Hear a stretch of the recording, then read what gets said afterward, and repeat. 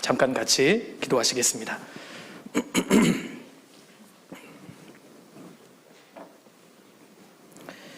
거룩하시고 자비로우신 우리 아버지 하나님, 참으로 감사드립니다. 죄인으로 태어나서 주님을 멀리 떠나 살던 불쌍한 저희들을 그리스도의 보혈로 구원해 주시고 하나님의 거룩한 자녀 삼아 주신 은혜에 진심으로 감사드립니다.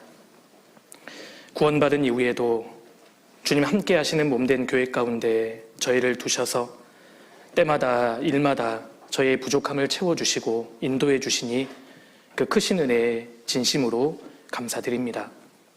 특별히 저희를 젊은 시기에 불러주셔서 주님을 위해 준비하고 또 쓰임받을 수 있는 기회 주신 것 정말 감사드립니다.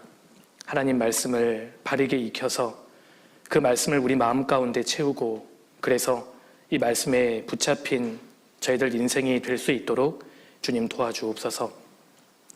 오늘부터 3일간 진행되는 이번 특별 청년 집회 하나님께서 함께 해주시고 우리 각자의 신앙에 큰 유익이 되는 시간으로 주님 채워주옵소서.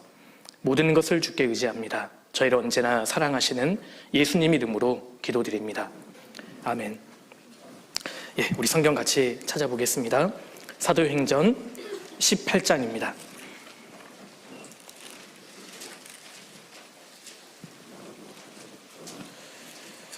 사도행전 18장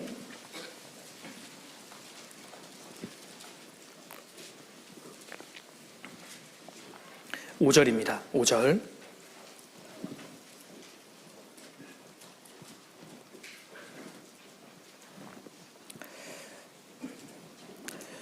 우리 5절, 6절 두 구절을 우리 같이 한번 읽겠습니다. 실라와 디모데가 마게도냐로서 내려오매 바울이 하나님의 말씀에 붙잡혀 유대인들에게 예수는 그리스도라 밝히 증거하니 저희가 대적하여 회방하거늘 바울이 옷을 떨어 가로되 너희 피가 너희 머리로 돌아갈 것이요 나는 깨끗하니라.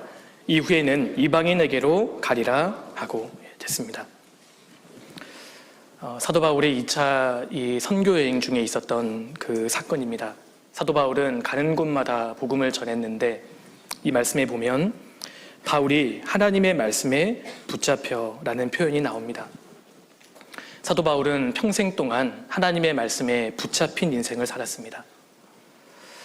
모든 사람의 인생을 살펴보면 그 인생을 주도하는 무엇인가가 있습니다. 어떤 사람은 돈이 그 인생을 주도하기도 합니다. 다시 말해 그 사람은 돈에 붙잡힌 인생을 살아가는 겁니다. 또 어떤 사람은 명예에 붙잡힌 인생을 살아갑니다. 명예가 그 사람의 인생을 주도해 가는 겁니다. 또 어떤 분은 미움이 그 인생을 주도하기도 합니다. 어떤 사람에 대한 이 증오심, 이 복수심에 휩싸여서 평생 동안 어떠한 고난을 무릅쓰고라도 노력하죠. 증오심에 사로잡혀서 붙잡혀서 살아가는 사람도 있습니다. 또 어떤 사람은 열등감이 주도하는 인생을 살아갑니다. 나는 다른 사람들에 비해서 별로 가진 것이 없다는 생각, 이 생각에 사로잡혀서 평생 동안 피해의식 속에서 사는 사람들도 있고 내가 부유한 가정을 만나지 못해서 이렇게 피해를 본다는 생각을 가지고 인생을 살아가는 사람도 있습니다. 남들이 나를 무시한다는 생각이 기본적으로 깔려있기 때문에 남들에게 무시당하지 않기 위해서 평생 몸부림치면서 살아가는 사람도 있는 겁니다. 또 어떤 사람은 남의 말이 그 사람의 인생을 주도하기도 합니다. 그래서 그 사람은 남의 말에 의해서 쉽게 풀이 죽기도 하고 또 쉽게 기가 살죠. 남의 말에 영향을 크게 받기 때문에 이 사람은 줏대가 없고 또 쉽게 흔들리면서 인생을 살아가는 겁니다. 그렇다면 우리 형제 자매님들은 무엇이 내 인생을 주도하고 계세요? 무엇이 내 인생을 붙잡고 있습니까? 여기 사도 바울은 하나님의 말씀에 붙잡혔습니다. 하나님의 말씀이 사도 바울의 인생을 주도했다는 뜻입니다. 우리가 그렇게 되어야 합니다. 하나님의 말씀이 내 인생의 방향을 결정하고 하나님의 말씀이 내 인생의 가치관을 결정해야 한다는 겁니다. 하나님의 말씀에 붙잡힌 인생, 이것이 우리가 살 길입니다. 하나님의 말씀은 아주 신비하고 또 살아있기 때문에 어떤 사람이 하나님 말씀을 간절히 붙잡으면 시간이 지나면 하나님의 말씀이 그 사람을 완전히 사로잡습니다. 우리가 그렇게 될 수 있다면 얼마나 좋겠습니까? 이 성경을 젊은 시절에 이 청년의 때에 배운다는 것은 정말 큰 축복이라고 할 수 있습니다. 젊은 시절에 구원을 받은 사람은 하나님께 쓰임받기에 유리한 위치에 있습니다. 왜냐하면 그만큼 하나님의 말씀을 자세하게 익힐 수 있기 때문입니다. 성경을 보면, 그리고 2000년 이 교회사를 보면 하나님께 쓰임받은 사람들이 있고 하나님께 귀하게 쓰임받은 사람들이 있습니다. 그런데 하나님께 더 크게 귀하게 쓰임받은 사람들을 보면 하나같이 10대, 20대의 구원을 받은 사람들, 늦어도 30대에 구원받은 사람들이 대부분입니다. 어린 나이에 하나님을 알고 구원을 받고 하나님 말씀을 바르게 익힐 수 있는 사람, 이 준비하는 사람은 하나님께서 더 크게 귀하게 사용하실 수 있는 겁니다. 남유다의 요시야 왕도 10대 때부터 하나님께 쓰임을 받았잖아요. 한번 찾아보겠습니다. 역대하 34장입니다.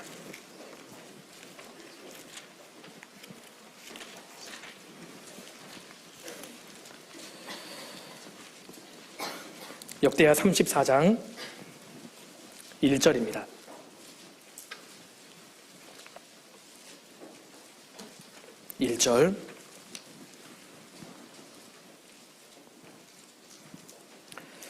요시야가 위에 나아갈 때 나이 8세라 예루살렘에서 31년을 치리하며 여호와 보시기에 정직히 행하여 그 조상 다윗의 길로 행하여 좌우로 치우치지 아니하고 오히려 어렸을 때 곧 위에 있은 지 8년에 그 조상 다윗의 하나님을 비로소 구하고 그 12년에 유다와 예루살렘을 비로소 정결케 하여 그 산당과 아세라 목상들과 아루새긴 우상들과 부업 만든 우상들을 제하여 버리매. 여기 남유다의 16번째 왕이었던 요시야 왕이 8살의 왕위에 오릅니다. 그리고 위에 있은 지 8년에 16살에 하나님을 비로소 구하고 그 12년에, 그러니까 20살입니다. 20살 때에 유다와 예루살렘을 비로소 정결케 했다. 요시야 왕이 하나님을 구하고 20살이 되었을 때에 신앙을 개혁합니다. 하나님이 그것을 보셨잖아요. 다니엘이 하나님 앞에서 뜻을 정할 때가 15살에서 17살 사이로 추정이 됩니다. 젊은 시절에 주님을 위해서 뜻을 굳히는 것이 아주 중요합니다. 사무엘도 10살 미만에 하나님을 구하고 하나님을 섬기기 시작했습니다. 우리가 잘 알고 있는 다윗도 마찬가지죠.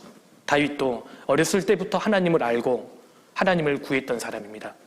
우리 시편 71편 넘겨보겠습니다. 시편 71편입니다.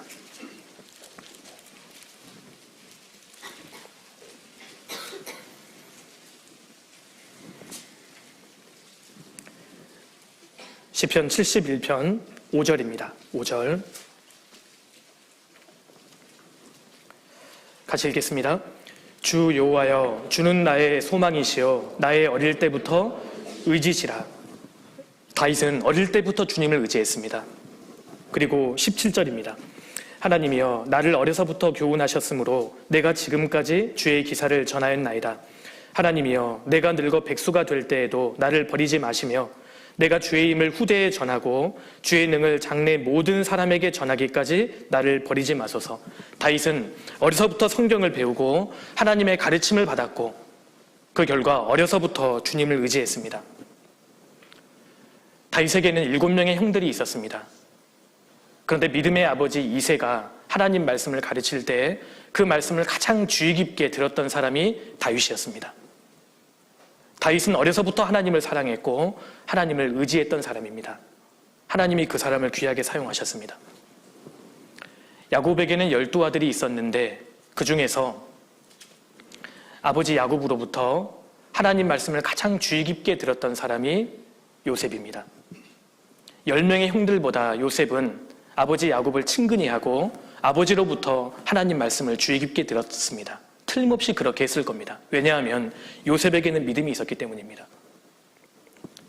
어려서부터 하나님을 알고 하나님의 말씀을 듣기를 좋아하고 하나님을 의지했던 사람이 요셉인 겁니다. 그래서 13년 동안 그 처절한 고난의 과정 속에서 믿음을 유지하잖아요. 하나님의 말씀으로 듣는 사람을 하나님께서는 훈련해 가시는 겁니다. 여기 계시는 우리 형제 자매님들은 모두 젊은 사람들입니다. 청년의 때에 하나님 말씀을 배우고 하나님 말씀을 친근히 하고 그 말씀 속에 살아가는 사람, 하나님은 그 사람을 주목하십니다. 하나님은 준비된 사람을 사용하십니다. 디모데는 어려서부터 성경을 알았습니다. 내가 어려서부터 성경을 알았나니, 디모데는 어려서부터 하나님 말씀을 익혔고 하나님 말씀에 준하여 살기를 노력했던 사람입니다. 그래서 사도 바울이 디모데를 유심히 보았고 전도하는 사람으로 세워서 그 인생을 귀하게 쓰임받도록 했지 않습니까? 그렇게 할 수 있었던 것은 디모데가 어려서부터 하나님 말씀을 익히고 준비되어 있었기 때문입니다. 여기 계시는 우리 형제 자매님들도 주님께 온전히 쓰임받기 위해서는 이 시기에 하나님 말씀을 올바로 익혀야 합니다. 더 나아가서는 하나님 말씀에 완전히 붙잡혀야 합니다. 하나님 말씀이 내 인생의 방향을 결정하고 모든 것을 움직일 수 있도록, 그렇게 되려면 먼저는 우리가 하나님 말씀을 내 마음에 채워야 합니다. 육신은 음식으로 살지만 영혼은 하나님 말씀으로 살기 때문에 하나님 말씀을 내 마음 가운데 계속 채우는 것이 무엇보다 중요합니다. 그래서 오늘 말씀을 듣고 무엇보다도 청년이 이것을 각인시켜야 합니다. 무엇보다 하나님 말씀이 중요한 것이구나. 정말 하나님 말씀을 내 마음에 채우는 것이 신앙에서 가장 중요한 것이구나. 이것을 우리가 각인시킬 필요가 있습니다. 과거의 그리스도인들은 인터넷이라든지 스마트폰, 이 텔레비전과 같은 문명의 이기가 없었기 때문에 하나님 말씀을 시간 날 때마다 보았습니다. 가는 곳마다 하나님 말씀을 가지고 다녔고 이 성경을 끼고 시간 날 때마다 보았기 때문에 그들은 하나님 말씀의 힘으로 인생을 살았고 말씀 속에서 기쁨을 누려갔던 겁니다. 그런데 우리 시대의 그리스도인들은 하나님의 말씀이 얼마나 중요한 것인지를 점점 인식하지 못합니다. 하나님 말씀 외에도 내 마음 가운데 채워져 있는 세상의 것들이 너무나 많기 때문에 하나님 말씀이 얼마나 중요한 것인지 이 인식이 점점 흐려지는 겁니다. 그래서 모든 말씀으로 살 것이라, 결국 우리의 인생은 이 말씀에 붙잡힌 인생이 되어야 합니다. 하나님 말씀에 붙잡히기 위해서는 내 마음을 하나님 말씀으로 채우는 것이 중요합니다. 그리고 하나님 말씀으로 내 마음을 채우기 위해서는 크게 5가지의 태도가 필요합니다. 제가 좀 정리 좀 해드리겠습니다. 하나님 말씀을 내 마음 가운데 채우기 위해서는 크게 5가지의 태도가 필요한데요. 첫 번째, 하나님 말씀을 읽어야 합니다. 첫 번째는 이제 읽기입니다. 그리고 두 번째는 하나님 말씀을 잘 들어야죠. 듣기. 그리고 세 번째는 하나님 말씀을 내 마음속에 간직하는 암송. 이게 세 번째 태도이고요. 네 번째는 하나님 말씀을 이제 공부하는 겁니다. 연구하는 것. 그리고 마지막 태도는 이제 그 하나님 말씀 앞에 자신을 굴복시키는 이 순종의 태도가 있습니다. 순종. 하나님 말씀을 내 마음 가운데 채우는 기본적인 이 5가지의 태도입니다. 이 5가지의 태도를 중심으로 하나님 앞에 합당한 자세가 무엇인지 오늘 좀 말씀을 드릴까 합니다. 그리고 하나님 말씀을 우리가 공부하고 연구하는데 꼭 숙지해야 되는 성경 해석의 중요한 원칙들이 있는데 그 원칙들도 좀 차례로 좀 말씀을 드려볼까 합니다. 자, 먼저 청년의 시기에 하나님 말씀을 내 마음 가운데 채우는 것이 아주 중요한데요. 첫 번째는 이제 성경 말씀을 이제 읽는 겁니다. 개인적으로 반드시 성경을 읽으셔야 합니다. 성경을 읽을 때 첫 번째 합당한 태도는 첫 번째입니다. 성경을 읽되 꾸준히 매일 읽어야 합니다. 성경을 날마다 읽는 것이 아주 중요합니다. 날마다. 그 분량은 상관없습니다. 분량은 개인차가 있을 거예요. 근데 중요한 것은 날마다 빠뜨리지 않고 꾸준히 성경을 날마다 읽는 겁니다. 그렇게 읽는 사람을 하나님이 유심히 보실 겁니다. 우리 신명기 17장 넘겨보겠습니다. 신명기 17장입니다.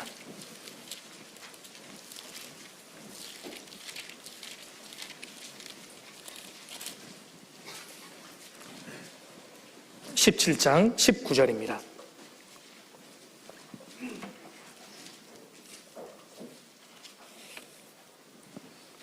19절. 평생에 자기 옆에 두고 읽어서 그 하나님 여호와 경외하기를 배우며 이 율법의 모든 말과 이 규례를 지켜 행할 것이라. 그리하면 그의 마음이 그 형제 위에 교만하지 아니하고 이 명령에서 떠나 좌로나 우로나 치우치지 아니하리니 이스라엘 중에서 그와 그의 자손의 왕위에 있는 날이 장구하리라. 이게 하나님 말씀하셨습니다. 평생에 자기 옆에 두고 읽어서. 여기 평생이라는 단어를 다른 말로 하면 날마다겠죠. 매일입니다. 평생 날마다 자기 옆에 두고 읽어야 합니다. 우리 시대는 인스턴트 시대지 않습니까? 최대한 빠르게 효율적으로 하는 것이 최선이고 그것이 중요하다고 생각하는 사회입니다. 그런데 하나님 말씀을 바르게 익히기 위해서는 반드시 시간과 정성이 투자되어야 합니다. 시간을 들이지 않고 하나님을 바로 알 수 있다, 하나님 말씀을 바로 익힐 수 있다, 그것은 착각입니다. 그래서 윌리엄 부스가 이런 말을 했죠. 하루라도 성경을 읽지 않고 보내선 안 된다. 성경을 읽되 날마다 꾸준히 읽는 것이 중요합니다. 우리 시편 1편도 넘겨보겠습니다. 시편 1편입니다.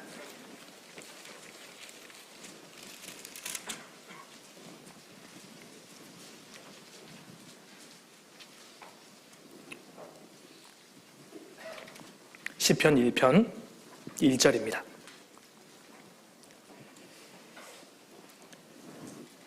복 있는 사람은 악인의 꾀를 좇지 아니하며 죄인의 길에 서지 아니하며 오만한 자의 자리에 앉지 아니하고 오직 여호와의 율법을 즐거워하여 그 율법을 주야로 묵상하는 자로다. 하나님 앞에 정말 복이 있는 사람은 하나님의 말씀, 율법을 즐거워하고 그 말씀을 주야로 묵상하는 자로다.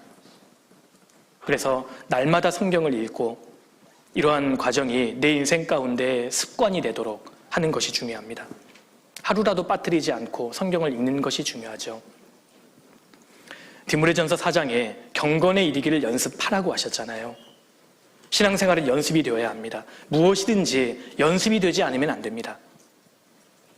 그래서 신앙생활을 우리가 정말 하나님 앞에 잘하기 위해서는 이것이 습관이 될 때까지 반드시 연습이 되어야 하고 매일, 날마다, 평생 연습해야 합니다. 그래서 하루에 10분이라도 15분이라도 상관없습니다. 날마다 꾸준히 성경을 읽는 것이 연습이 되어야 합니다. 매일 성경을 읽는 사람과 그렇지 않는 사람은 차이가 납니다. 개인적으로 성경을 날마다 읽는 사람은 설교 말씀을 들을 때에도요, 믿음으로 화합이 됩니다. 그런데 날마다 성경을 읽지 않는 사람은 새로운 말씀을 듣기를 원하고 매일 들었던 말씀이라고 생각하죠. 요한복음 2장에서 물을 항아리 아구까지 채우는 사람만이 그 물이 포도주로 바뀌는 기적을 체험할 수 있었습니다. 날마다 개인적으로 성경을 읽는 사람, 그 사람이 교회에 참석해서 말씀을 들을 때에도 믿음으로 화합하도록 성령이 도와주실 거예요. 그래서 평상시에 개인적으로 성경을 읽는 사람은 반드시 차이가 납니다. 그래서 청년회 때 항상 말씀을 가까이 하고 옆에 두고 읽는 사람, 그 사람이 이제 하나님의 말씀과 친숙해지는 것이죠. 하나님 말씀에 우리가 익숙해질 필요가 있습니다. 그래서 반드시 시간과 정성이 들어가야 한다. 그런 사람이 성경을 친숙하게 여길 수 있고 하나님께서 더 크게 역사해 주실 수 있는 겁니다. 그래서 오늘 말씀을 들을 때에도 결단하면서 들으시면 좋겠어요. 기존에도 그렇게 하시는 분들이 있으시겠지만 내 삶을 돌아보고 부족한 부분이 있다면 하나님 앞에 결단하는 그런 시간이 되면 좋겠습니다. 그리고 이제 두 번째로요, 성경을 날마다 읽되 두 번째로 성경을 읽을 때 순서대로 읽는 것이 중요할 겁니다. 순서대로. 그래서 이제 구약 성경은 구약 성경대로, 신약 성경은 신약 성경대로 순서대로 읽어가는 것이 필요하리라고 생각합니다. 왜냐하면 성경 전체 속에 그 한 장이 있고요, 그 한 장 속에 그 구절이 있기 때문에 성경에는 흐름이라는 것이 있습니다. 그래서 창세기부터 요한계시록까지 순서대로 읽어야만 성경 전체의 흐름을 파악할 수 있습니다. 그렇게 하지 않고 내가 좋아하는 말씀 위주로 읽는다든지 부분독을 하면 그 사람은 성경의 전체 흐름을 잡아내기가 어려울 수 있습니다. 성경을 읽을 때 순서대로 인내심을 가지고 차근차근 읽어가야 하는 겁니다. 성경을 순서대로 차근차근 읽어가는 게 쉬워요, 어려워요? 저만 어려웠군요. 어려운 일이잖아요. 쉽지 않은 일입니다. 그런데 정말 인내심을 가지고 성경을 순서대로 꾸준히 읽어가는 사람, 그 사람이 하나님을 만날 수 있고 말씀을 깨달을 수 있다고 생각합니다. 성경 맨 처음에 있는 5권을 좀 내용을 구분해 보면 이렇게 되어 있잖아요. 창세기는 50장으로 구성이 되어 있습니다. 근데 크게 두 부분으로 이렇게 나누어 볼 수 있는데 창세기 1장부터 11장까지, 12장부터 마지막 50장까지 이렇게 구분해 볼 수 있지 않습니까? 1장부터 11장까지는 인류의 최초의 역사, 크게 4가지의 사건이 기록되어 있습니다. 첫 번째 창조, 그리고 인간의 타락, 그리고 하나님이 그 인간을 심판하셨고 그 결과 인간은 이제 혼란해진 겁니다. 하나님이 창조하신 내용은 창세기 1장, 타락은 3장, 심판은 6장부터 9장, 노아의 홍수 심판이죠. 혼란은 이제 바벨탑 11장입니다. 인류의 최초의 역사, 2000년의 역사를 11장까지 다루고 있고 12장부터 50장까지는 이제 선민의 최초의 역사가 기록되어 있습니다. 창세기의 이 제2부는 주요한 4명의 인물로 나누어 볼 수 있는데 아브라함, 그리고 이삭, 야곱, 요셉, 아이야요. 오늘 말씀만 참석하신 분이 이 비밀을 알 수 있습니다. 이 암호를 아이야요. 아브라함은 12장, 이삭은 24장, 야곱은 28장, 요셉은 37장부터 주인공으로 등장하게 되죠. 창세기를 읽는 것은 그렇게 어려운 일이 아닙니다. 왜냐하면 스토리 중심으로 되어 있기 때문에 또 재미있잖아요. 창세기는 우리가 금방 이제 읽는데 문제는 이제 출애굽기부터 우리의 시험이 시작이 되죠. 그죠? 출애굽기는 이제 40장으로 구성이 되어 있는데 크게 3부분으로 나눌 수가 있습니다. 1장부터 18장까지, 그리고 19장부터 24장까지, 그리고 25장부터 마지막 40장까지인데 1장부터 18장은 우리가 잘 알고 있는 출애굽 사건이 기록이 되어 있습니다. 출애굽 사건. 그리고 19장부터 24장까지는 모세가 시내산에서 율법을 받았지 않습니까? 율법에 대한 내용이 있고 25장부터 40장까지는 이제 성막에 대한 제도와 자세한 규례가 나오잖아요. 이때부터 이제 우리의 믿음이 시험되기 시작합니다. 그리고 이제 레위기가 이제 직면되는데 이때부터 살기 싫어지죠. 레위기는 27장으로 구성되어 있는데 1장부터 17장, 그 다음에 18장부터 마지막 27장까지 크게 구분해 볼 수 있습니다. 1장부터 17장까지는 희생제사에 대한 규례가 자세히 나와 있고요. 18장부터 27장까지는 이제 백성들을 거룩하게 하기 위한 하나님의 구체적인 규례, 도덕적인 규례가 이제 나옵니다. 레위기를 인내심을 갖고 이제 통과하면 민수기라는 거대한 산이 또 기다리고 있습니다. 민수기도 쉽지 않죠. 민수기는 36장까지 구성이 되어 있는데 1장부터 14장까지 이제 구성이 되어 있고 15장부터 두 번째로 보게 되면 이제 20장까지, 그리고 21장부터 마지막 36장까지 이렇게 구성이 되어 있습니다. 구분은 참 쉬운데 첫 번째는 이제 구세대, 두 번째는 과도기 세대, 세 번째는 이제 신세대에 대한 내용이 나옵니다. 민수기는 40년의 광야 생활을 배경으로 하고 있습니다. 그래서 1장부터 14장까지는 이스라엘 백성이 시내산에서 가데스 바네아까지 가는 내용이 있고요. 하나님 앞에 불순종했기 때문에 이제 15장부터 20장까지는 과도기 세대입니다. 약 38년간의 광야 생활을 여기에서 담고 있고, 그리고 이제 21장부터 36장까지는 세대가 완전히 교체가 되어서 신세대, 모압 평지까지 나아가는 그런 내용으로 이제 구성이 되어 있습니다. 신명기 같은 경우는 34장으로 구성이 되어 있는데 1장부터 4장까지는 모세가 했던 첫 번째 설교가 나오고, 그리고 이제 5장부터 26장까지는 두 번째 설교, 27장부터 이제 마지막 30장까지는 세 번째 설교, 그리고 31장부터 마지막 34장까지는 모세의 죽음과 여호수아의 등장이 나옵니다. 모세가 크게 3차례의 설교를 하는데요. 첫 번째 설교는 이제 과거, 이스라엘 과거를 회고하는 내용이 나오고, 현재를 직시하라. 그리고 27장부터 30장까지는 이제 미래를 전망하는 내용, 이렇게 구분해 볼 수 있습니다. 우리가 성경을 순서대로 읽는다는 것이 사실 쉬운 일이 아닙니다. 그죠? 이제 출애굽기 이때부터 이제 시험이 들기 시작하고, 이때부터 이제 시험에 빠지면 이제 레위기의 거다란 수렁에 이제 걸러들게 됩니다. 그죠? 그리고 이제 그 민수기까지 내용이 참 어렵게 되어 있고, 이제 신명기에 들어서면 하나님의 사랑을 느낄 수 있는, 인내심을 가지고 읽은 성도만이 느낄 수 있는 하나님의 위로를 신명기에서 경험하게 되죠. 그래서 성경을 순서대로 차근차근 읽어가는 것이 결코 쉬운 일이 아닙니다. 하나님께서 일부러 이렇게 해놓으셨다고 생각합니다. 왜 그럴까요? 성경을 대하는 것은 하나님을 대하는 겁니다. 우리가 정말 하나님을 만나기 위해서는 마음과 정성이 들어가야 합니다. 그래서 성경을 순서대로 읽는다는 것이 여간 어렵고 정말 보통의 인내심을 필요로 하는 작업이 아니지 않습니까? 마음이 들어가야만 하나님을 만날 수 있습니다.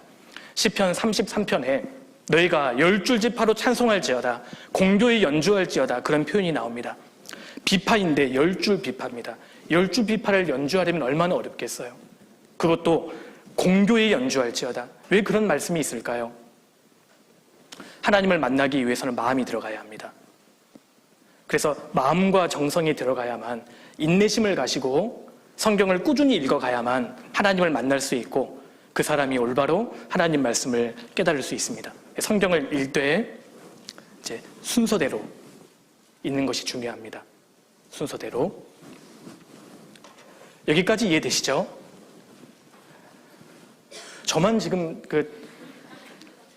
그러는 거 아니죠? 이해되시죠? 세 번째는 또 성경을 읽을 때 우리가 필요한 태도는요, 성경을 훤히 우리가 내용을 파악하기 위해서는 노트를 활용하는 겁니다. 그래서 노트에 필기하면서 노트를 정리해 가면서 성경을 읽어가는 겁니다. 그런데 모든 장마다 그렇게 할 수는 없고요.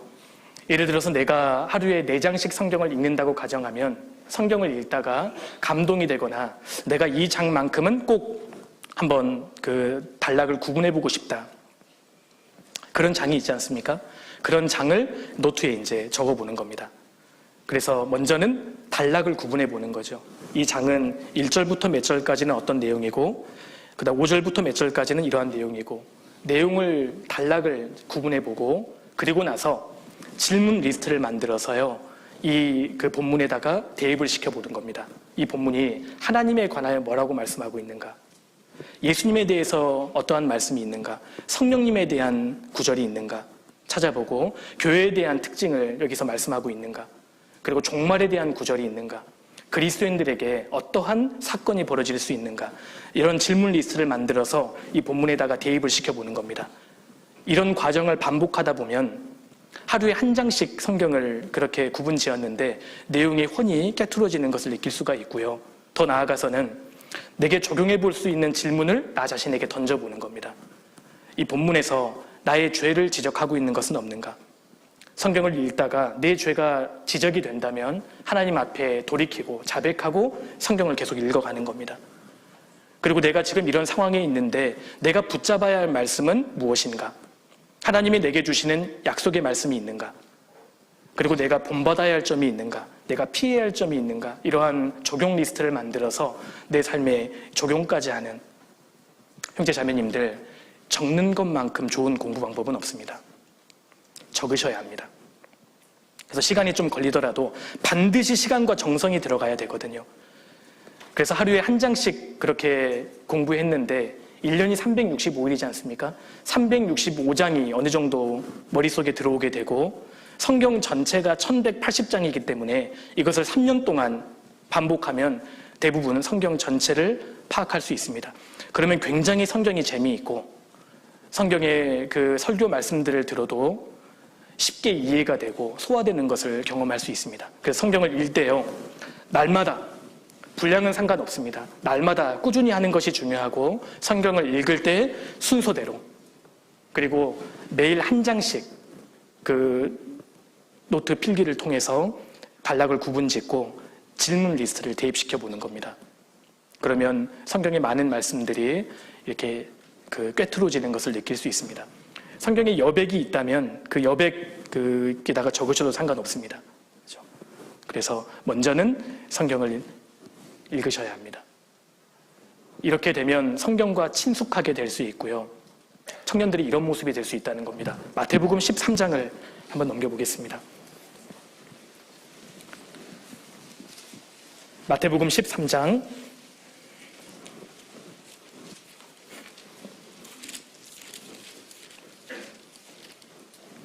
51절입니다. 51절.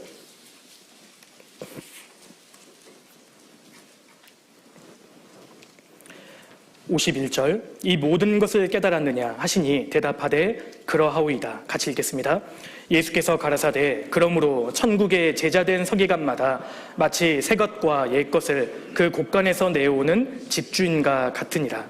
예수님께서 말씀하셨습니다. 천국의 제자된 서기관마다 복음을 전해서 천국을 확장시키는 서기관들, 구원받은 그리스도인들입니다. 근데 모든 그리스도인들이 천국의 제자된 서기관이라고 할 수 없습니다. 하나님 말씀에 정말 친숙하고 익숙한 그리스도인들은 마치 새 것과 옛 것을 그 곳간에서 내어오는 집주인과 같으니라. 일종의 성경은 양식 창고이죠. 성경이라는 곳간에서 새 것과 옛 것, 새 것은 신약 성경이지 않습니까? 옛 것은 구약 성경입니다. 그래서 구약 성경과 신약 성경을 익숙하게 빼내어서 주변 사람들을 건지고 세울 수 있는데 쓰임받을 수 있다는 겁니다. 우리가 이런 모습이 되어야 합니다. 그래서 성경의 말씀과 잘 익숙하게 되어서 그 양식을 잘 끌어내어서 주변 사람들을 도와줄 수 있는 그런 사람이 될 수 있습니다. 그래서 첫 번째는 읽기입니다. 읽기.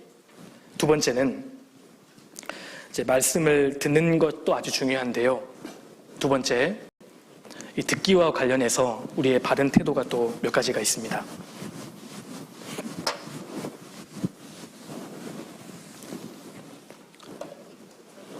말씀을 듣는 것이 아주 중요합니다. 그리스도인들은 사실 귀로 살거든요. 말씀을 듣는 것이 중요한데, 첫 번째, 말씀을 들을 때 우리가 반드시 결단해야 할 것은 교회에서 전해지는 말씀, 그 말씀 자리가 있을 겁니다. 반드시 그 자리를 지켜야 합니다. 반드시 참석해야 합니다. 이게 아주 중요합니다.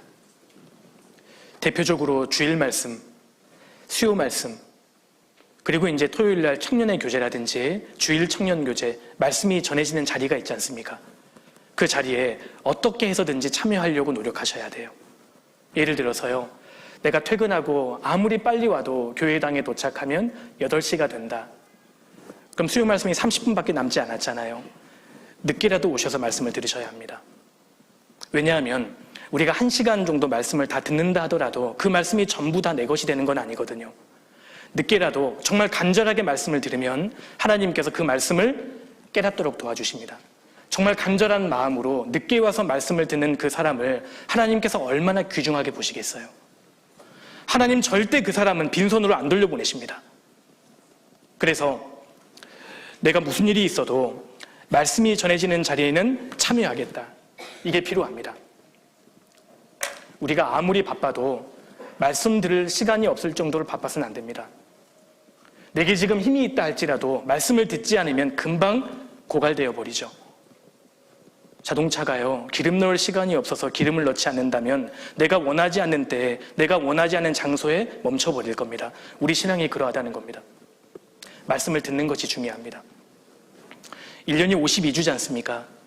주일 말씀, 수요 말씀을 빠지지 않고 참여하는 사람은 그렇지 않은 사람과 반드시 신앙적인 차이가 생깁니다. 1년에 104번이거든요. 104번의 말씀을 정말 간절한 마음으로 참여해서 듣는 사람과 그렇지 않는 사람은 반드시 차이가 생길 수밖에 없지 않습니까? 가랑비에 옷이 젖는 것처럼 하나님의 성령의 비가 계속 적셔지는데 변화가 없겠습니까? 말씀을 듣는 것이 필요합니다.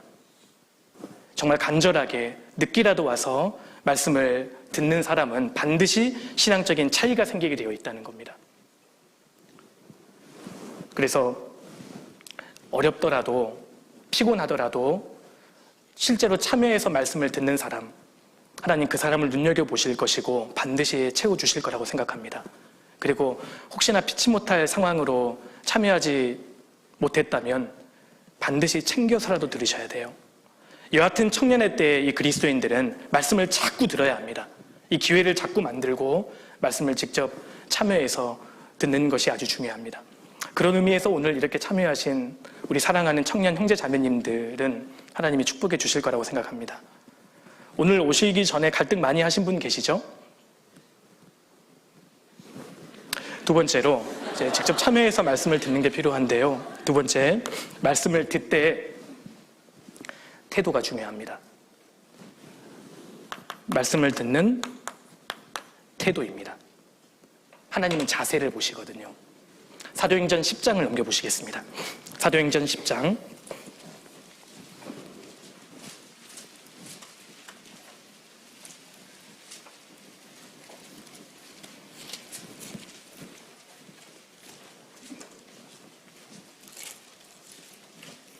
사도행전 10장 33절입니다.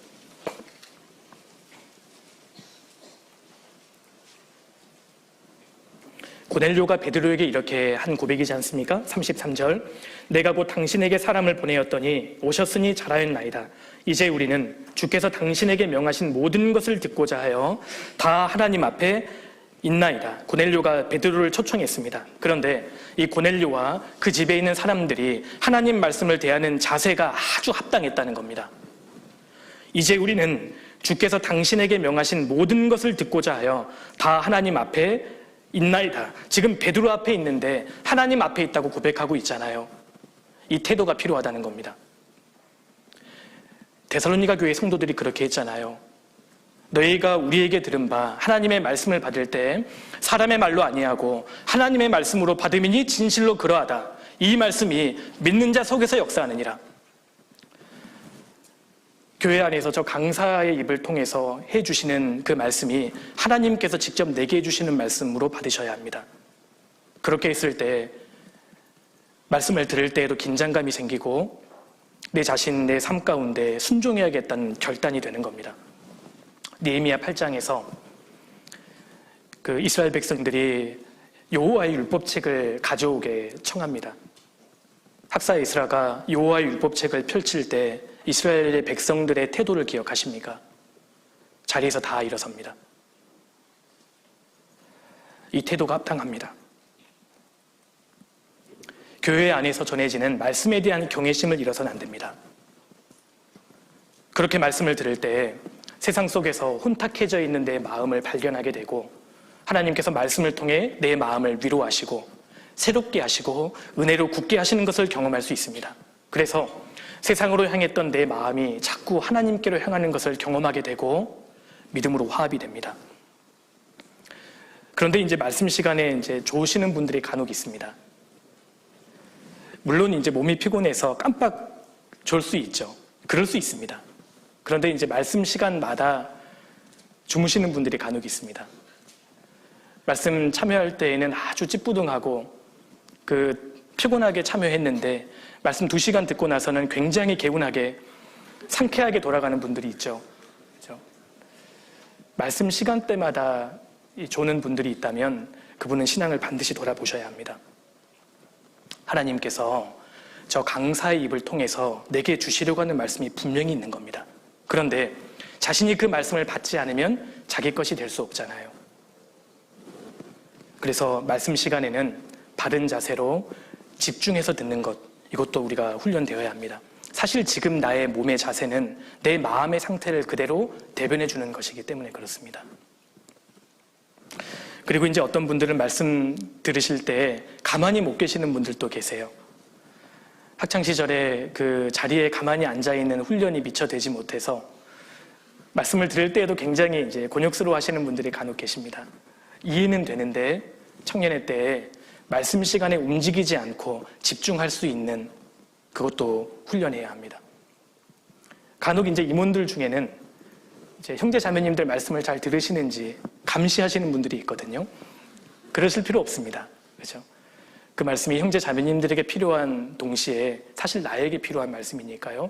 말씀에 집중해야 합니다. 우리가 지금 하나님 앞에 있다는 이 생각을 잊지 말고 집중력을 가지고 말씀을 들어야 합니다. 말씀 듣는 태도에 따라서 말씀을 받아들이는 양이 달라집니다. 그리고 세 번째로 말씀을 듣는 것과 관련해서 또 필요한 또 자세는 말씀을 열심히 듣고 사실은 복습하는 것이 중요합니다. 복습. 그래서 말씀을 듣다가 중요한 내용은 옆에 메모해 두셨다가 시간이 지나서 집에 돌아가시면 그것을 복습해서 진짜 자기 것으로 만드는 작업이 후행되어야 한다는 겁니다. 효과적인 공부 방법입니다. 어떤 강의를 듣고 나서 8시간 안에 복습하기. 그 말씀이 끝나자마자 복습하면 효과가 별로 없답니다.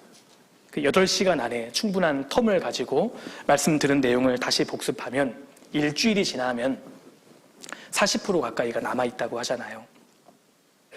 그렇게 되지 않으면 일주일이 지나면 대부분 기억이 안 납니다. 그래서 들은 말씀을 어떻게 해서든지 복습하고, 그래서 이 말씀을 정말 내 것으로 만들어 보겠다라는 생각이 있다면 그 말씀을 또 듣고 또 듣고 완전히 곱씹어서 내 뼈와 살이 될 수 있도록 그 작업이 필요합니다. 그래서 말씀을 읽기 그리고 듣기에 대해서 합당한 자세에 대해서 좀 말씀을 드렸습니다. 제가 태도를 말씀드리니까 지금 화장실 가기를 원하셨는데 굉장히 급한데 못 가시는 분 간혹 계실 수 있으니까요. 제가 5초 동안 눈을 감을 테니까 그런 분은 다녀오세요. 지금 괜찮습니다. 자, 끝났고요. 이제. 자, 그리고 세 번째로 말씀을 암송하는 것. 이게 정말 중요합니다. 많은 말씀을 알고 있어야 사실 신앙생활을 잘하는 것은 아니거든요. 단 한 구절의 말씀이라도 내 마음판에 완전히 새겨진 말씀이 있는 것이 중요합니다. 그렇게 되기 위해서는 말씀을 암송하셔야 합니다. 암송. 우리 잠언 7장 넘겨보겠습니다.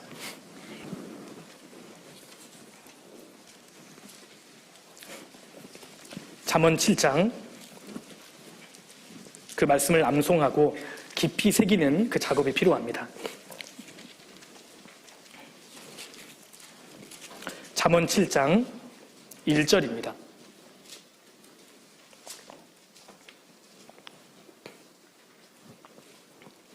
내 아들아, 내 말을 지키며 내 명령을 내게 간직하라. 내 명령을 지켜서 살며 내 법을 내 눈동자처럼 지키라. 3절 같이 읽겠습니다. 이것을 내 손가락에 매며 이것을 내 마음판에 새기라. 이 말씀을 마음판에 완전히 새겨라. 여호수아 8장을 보면 이스라엘 백성들이 요단강을 건너서 여리고성 전투 그리고 아이성 전투에서 승리하고 무엇을 했는지가 잘 나와 있습니다. 이스라엘 백성들이 그 여호수아가요, 백성들 목전에서 여호와의 율법을 돌들 위에 명백히 새기는 작업을 합니다. 백성들이 보는 앞에서 돌들 위에 하나님의 말씀을 명백히 새겨가는 겁니다. 그것처럼 신약시대의 그리스도인들은 하나님의 말씀을 우리 마음판에 명백히 새겨야 합니다. 마음판에 말씀을 새기기 위해서는 암송해야죠. 그래서 개인적으로 이런 암송 카드를 좀 만들어서요, 하나씩 성경을 읽다가 이건 정말 내가 암송해야겠다라는 말씀들은 이렇게 적고 순간순간 빼서 이제 보고 암송해 가는 겁니다. 내가 믿음이 없을 때 붙잡아야 할 말씀, 누가 넘어졌을 때 내가 붙잡아줘야 하는 말씀, 내가 넘어졌을 때 내가 붙잡아야 하는 말씀 위주로 말씀이 마음판에 새겨져 있어야 합니다. 우리가 한 구절의 말씀을 외우고 그 말씀이 우리 마음판에 정말 새겨져 있고 내가 그 말씀을 진짜 믿고 붙잡는다면 내 인생은 반드시 바뀌게 됩니다. 사람은 사람을 못 바꿉니다. 절대 못 바꿉니다. 사람을 바꿀 수 있는 것은 하나님의 말씀뿐이지 않습니까? 초대교회 당시에 그리스도인들이 신앙에 자유가 없었기 때문에 숨어서 믿음을 지켰습니다. 대표적인 장소가 카타콤 묘소지요. 지금 들어가서 카타콤을 보면 특정한 말씀들이 많이 이 벽에 새겨져 있습니다. 고린도전서 15장 55절 말씀입니다. 사망아, 너의 이기는 것이 어디 있느냐? 사망아, 너의 쏘는 것이 어디 있느냐? 그들이 구원을 받고 참 소망을 갖게 되니까요, 사망이 두렵지 않은 겁니다. 그래서 그 한 구절의 말씀을 마음판에 완전히 새겼고 그 한 구절의 말씀이 그들로 하여금 주님을 위해 즐겁게 죽게 만든 겁니다. 사자의 밥이 되게 하고 피부를 벗겨 죽이고 사지를 잘라 죽여도 그들은 주님을 부인하지 않았습니다. 이 한 구절의 말씀이 그들로 주님을 위해서 즐겁게 죽게 만든 겁니다. 사망아, 너의 이기는 것이 어디 있느냐? 사망아, 너의 쏘는 것이 어디 있느냐? 우리가 단 한 구절의 말씀이라도 정말 믿고 붙잡는다면 나는 내 인생을, 내 가정을, 내 모임을 완전히 둘러엎게 될 겁니다. 세상 속에 살다 보면 우리가 유혹을 받을 때가 있습니다. 간혹 세상 사람과 이성교조를 해야 할까? 그런 유혹이 다가올 때 믿지 않는 자와 멍에를 같이 하지 말라. 믿지 않는 자와 멍에를 같이 하지 말라. 이 한 구절의 말씀이 과감하게 뿌리칠 수 있도록 만들어가는 겁니다. 너무 염려가 올라올 때, 내 장래에 대해서, 내 미래에 대해서 걱정이 가득해질 때 너의 염려를 다 주께 맡겨버리라. 이는 저가 너희를 권고하심이니라. 그렇지, 주님이 나를 실제로 돌보시지. 이 말씀이 정말 믿어진다면, 마음판에 새겨져 있다면 염려를 주님께 맡길 수 있잖아요.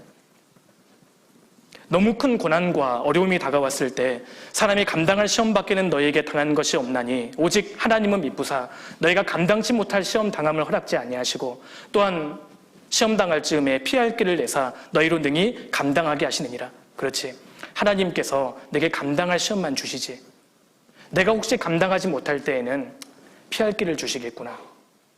믿음이 생기지 않습니까? 오늘 너무 피곤한데 오늘 교제에 가야 할까? 갈등이 될 때 모이기를 피하는 어떤 사람들의 습관과 같이 하지 말고 오직 권하여 그날이 가까움을 볼수록 더욱 그리하자. 모이기를 피하면 안 되겠구나. 한 구절의 말씀이 내 마음판에 딱 새겨져 있을 때 우리는 내 육신을 굴복시킬 수 있는 겁니다. 분노가 올라올 때 사람마다 듣기는 속히하고 말하기는 더디하며 성내기도 더디하라. 사람이 성내는 것이 하나님의 의를 이루지 못함이니라. 분을 내어도 죄를 짓지 말며 해가 지도록 분을 품지 말고 마귀로 틈을 타지 못하게 하라. 내가 성을 내는 것이 하나님의 의를 이루지 못하는구나. 마음 가운데 새겨져 있는 말씀이 내 육신을 완전히 바꿀 수 있습니다. 그렇게 되기 위해서는 말씀을 암송해야 합니다. 하나님의 말씀이 내 마음 가운데 정말 새겨져 있는 사람은 말로 다 할 수 없는 힘을 경험하게 됩니다. 진짜 내 것이 된 말씀이 많아야 합니다. 그런데 우리가 많은 말씀을 듣고 있지만 실제로 자기 것으로 만드는 말씀이 별로 없다는 겁니다. 그렇기 때문에 우리의 신앙에 힘이 없을 수 있는 거죠. 우리 형제 자매님들 스스로 자문해 보십시오. 나를 완전히 바꿔버린 그 한 구절의 말씀이 무엇이에요? 내 성격을 완전히 바꿔버린 그 한 구절의 말씀이 무엇입니까? 원수도 사랑하게 만든, 용서하게 만든 그 한 구절의 말씀이 무엇입니까? 오늘 정말 몸이 피곤했는데 이 육신을 굴복시키고 오늘 여기까지 오게 만든 그 한 구절의 말씀이 무엇입니까?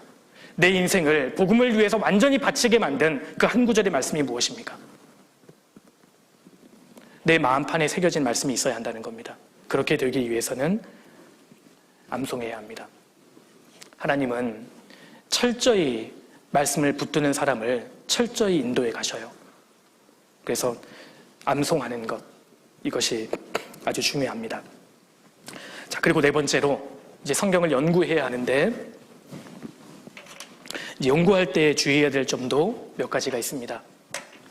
구원을 받은 그리스도인들은, 특별히 청년 그리스도인들은 반드시 성경을 공부해야 합니다. 연구해야 합니다. 시편 111편 넘겨보겠습니다.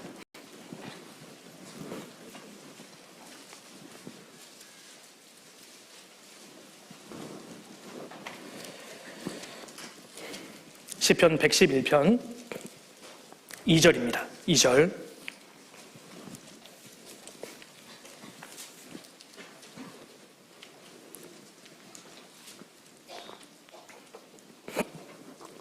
이 절 같이 읽겠습니다. 여호와의 행사가 크시니 이를 즐거워하는 자가 다 연구하는도다. 구원을 받고 난 이후에 스스로 성경을 읽고 연구하는 방법을 터득하는 것은 아주 중요합니다. 구원을 받은 사람이라면 누구든지 바르게 성경을 읽고 연구해야 합니다. 여호와의 행사가 크시니 이를 즐거워하는 자가 다 연구하는도다.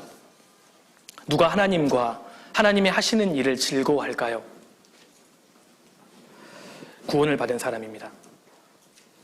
구원을 받아야만 하나님과 하나님이 하시는 일에 대해서 관심을 갖게 되지 않습니까? 구원을 받고 나면 하나님을 더 알고 싶고 하나님을 더 알고 따르기 위한 갈망이 생깁니다. 그래서 그 사람은 성경을 연구하게 됩니다.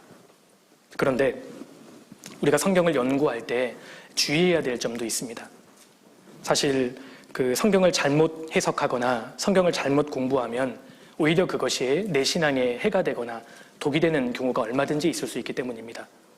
신천지라든지 안식교, 여호와의 증인, 몰몬교 여기에 속한 이단에 속한 사람들이 얼마나 성경을 열심히 공부하는지 모릅니다. 그런데 그 공부하는 것이 그들의 영혼에 조금도 도움이 되지 않고 오히려 멸망으로 이끄는 수단이 되지 않습니까? 그래서 옛날 그리스도인들은 구원을 받은 지 얼마 안 된 성도들은 성경을 읽기만 하고 연구하지 말라 그렇게 이야기하기도 했습니다. 그래서 구원을 받고 나서 일정한 시간이 경과한 뒤에 정말 성경의 중요한 교리가 마음판에 확실히 새겨진 사람은 이제 성경을 연구할 수 있고, 성경을 연구하는데 우리가 이제 주의해야 되는 점이 있습니다. 성경은 워낙 광범위한 책이기 때문에 성경을 해석할 때 우리가 숙지해야 되는 원칙이 있는데요. 과연 내가 성경을 어떻게 연구해야 할 것인가? 그 중요한 원칙 몇 가지를 몇 가지 소개해 드릴까 합니다.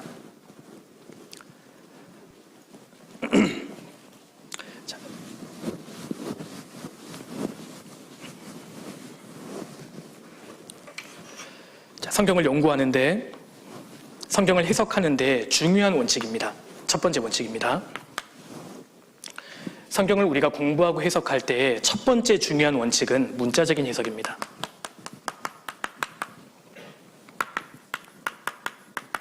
성경은 문자적으로 해석해야 합니다. 성경에는 문맥이라는 것이 있기 때문에 성경을 해석할 때 기본적으로 문자적으로, 문법적으로 읽어야 한다는 겁니다. 그래서 일반 책을 읽는 것처럼 성경은 이제 문자적으로 먼저는 받아들이고 문맥에 맞게 그대로 이해해야 합니다. 이것이 아주 중요합니다. 성경을 처음부터 상징으로 그리고 비유로 받아들이는 사람은 성경을 제대로 볼 수 있는 힘을 빼앗겨 버립니다.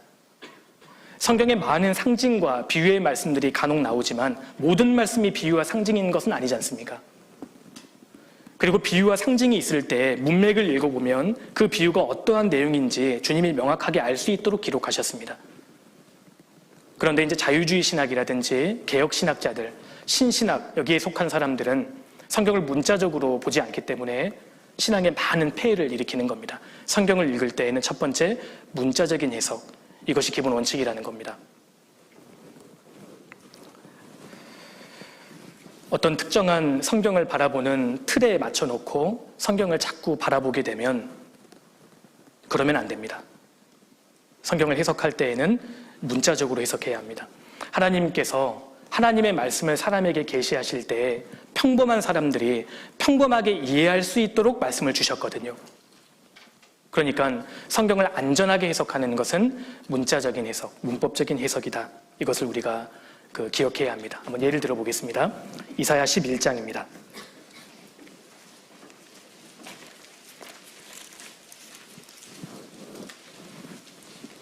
이사야 11장 6절입니다. 6절.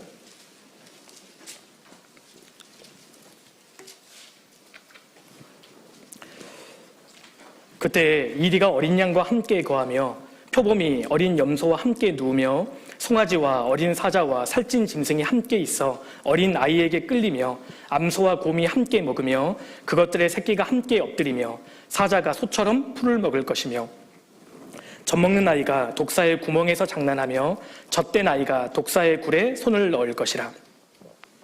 나의 거룩한 산 모든 곳에서 해변도 없고 상암도 없을 것이니 이는 물이 바다를 덮음같이 여호와를 아는 지식이 세상에 충만할 것임이니라. 이게 6절에 그때 천년왕국 때잖아요.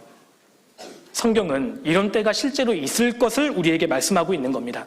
제가 한번 여쭤볼게요. 이 구절이 실제로 이 지구상에 이루어졌던 적이 있습니까? 없습니까?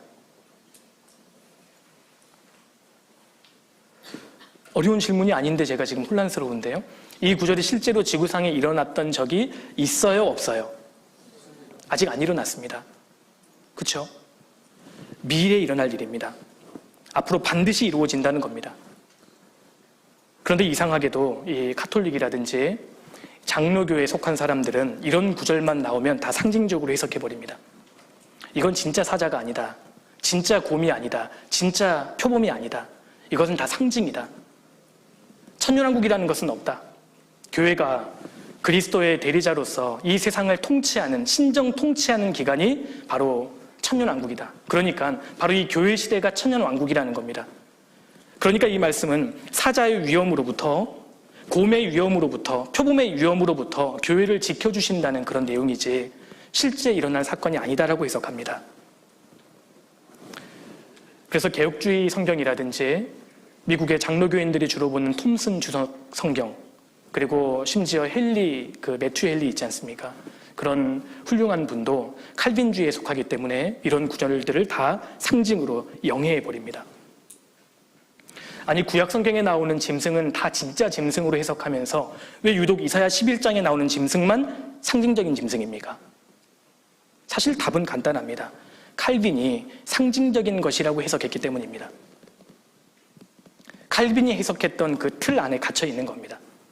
그래서 이러한 구절들을 다 상징으로, 비유로 해석해 버리는 겁니다. 천년왕국이라는 것은 없다. 교회가 그리스도를 대신해서 다스리는 이 기간이 바로 천년왕국이다. 그래서 무천년주의가 나오게 되고, 그런데 우리는 이러한 해석에 연연할 필요 없이 성경을 문자적으로 해석해야 합니다.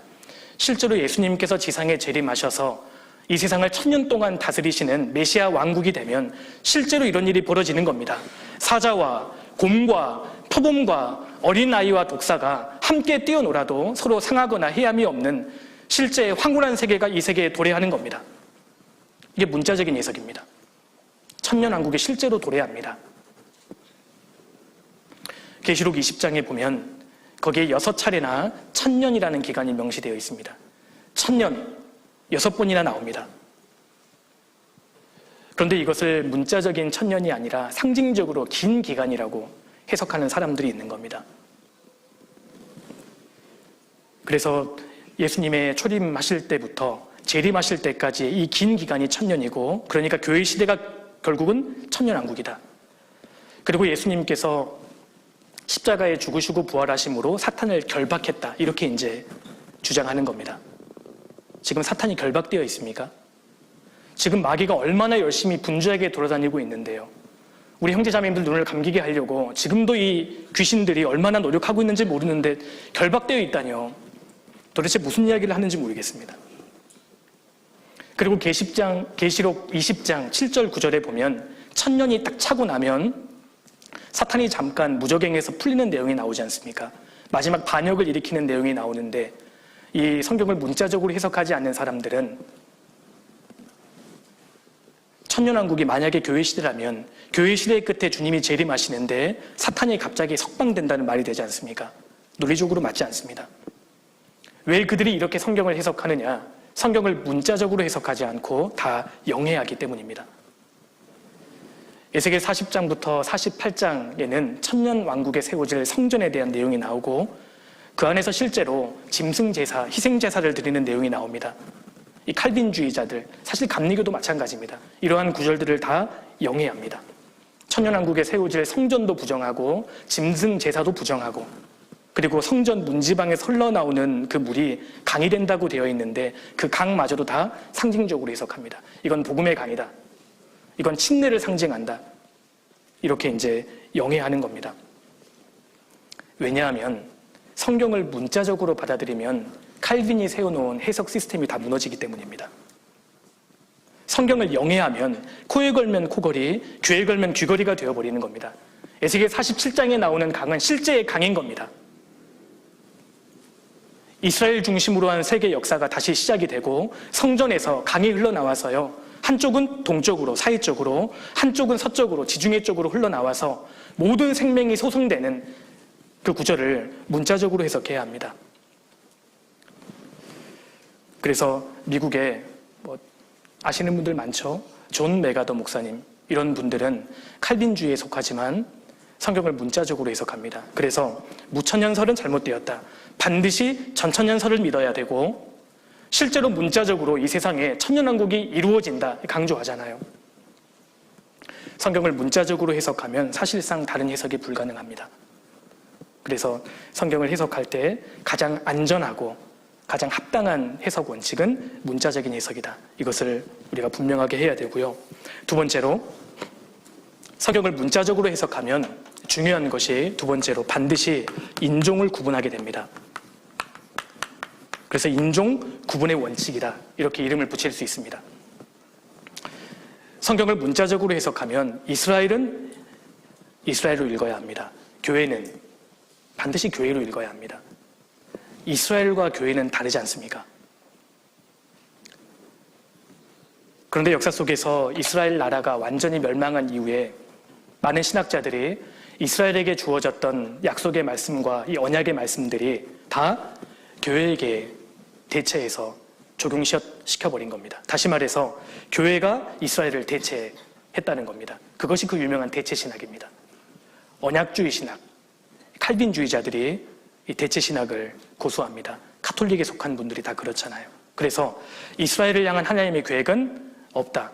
이스라엘을 향한 하나님의 축복과 계획을 배제하고 성경을 바라보는 겁니다. 그래서 이스라엘에게 해당되는 모든 말씀을 신약시대에 교회에 적용시켜버리는, 그 결과 성경에 많은 혼란이 발생했던 겁니다.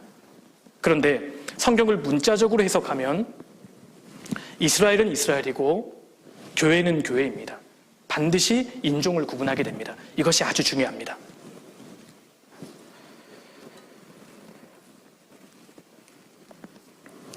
그 성경은 명확하게 말씀하고 있죠.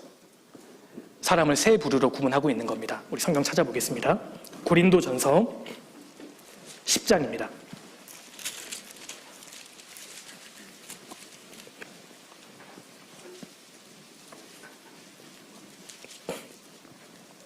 장 32절입니다.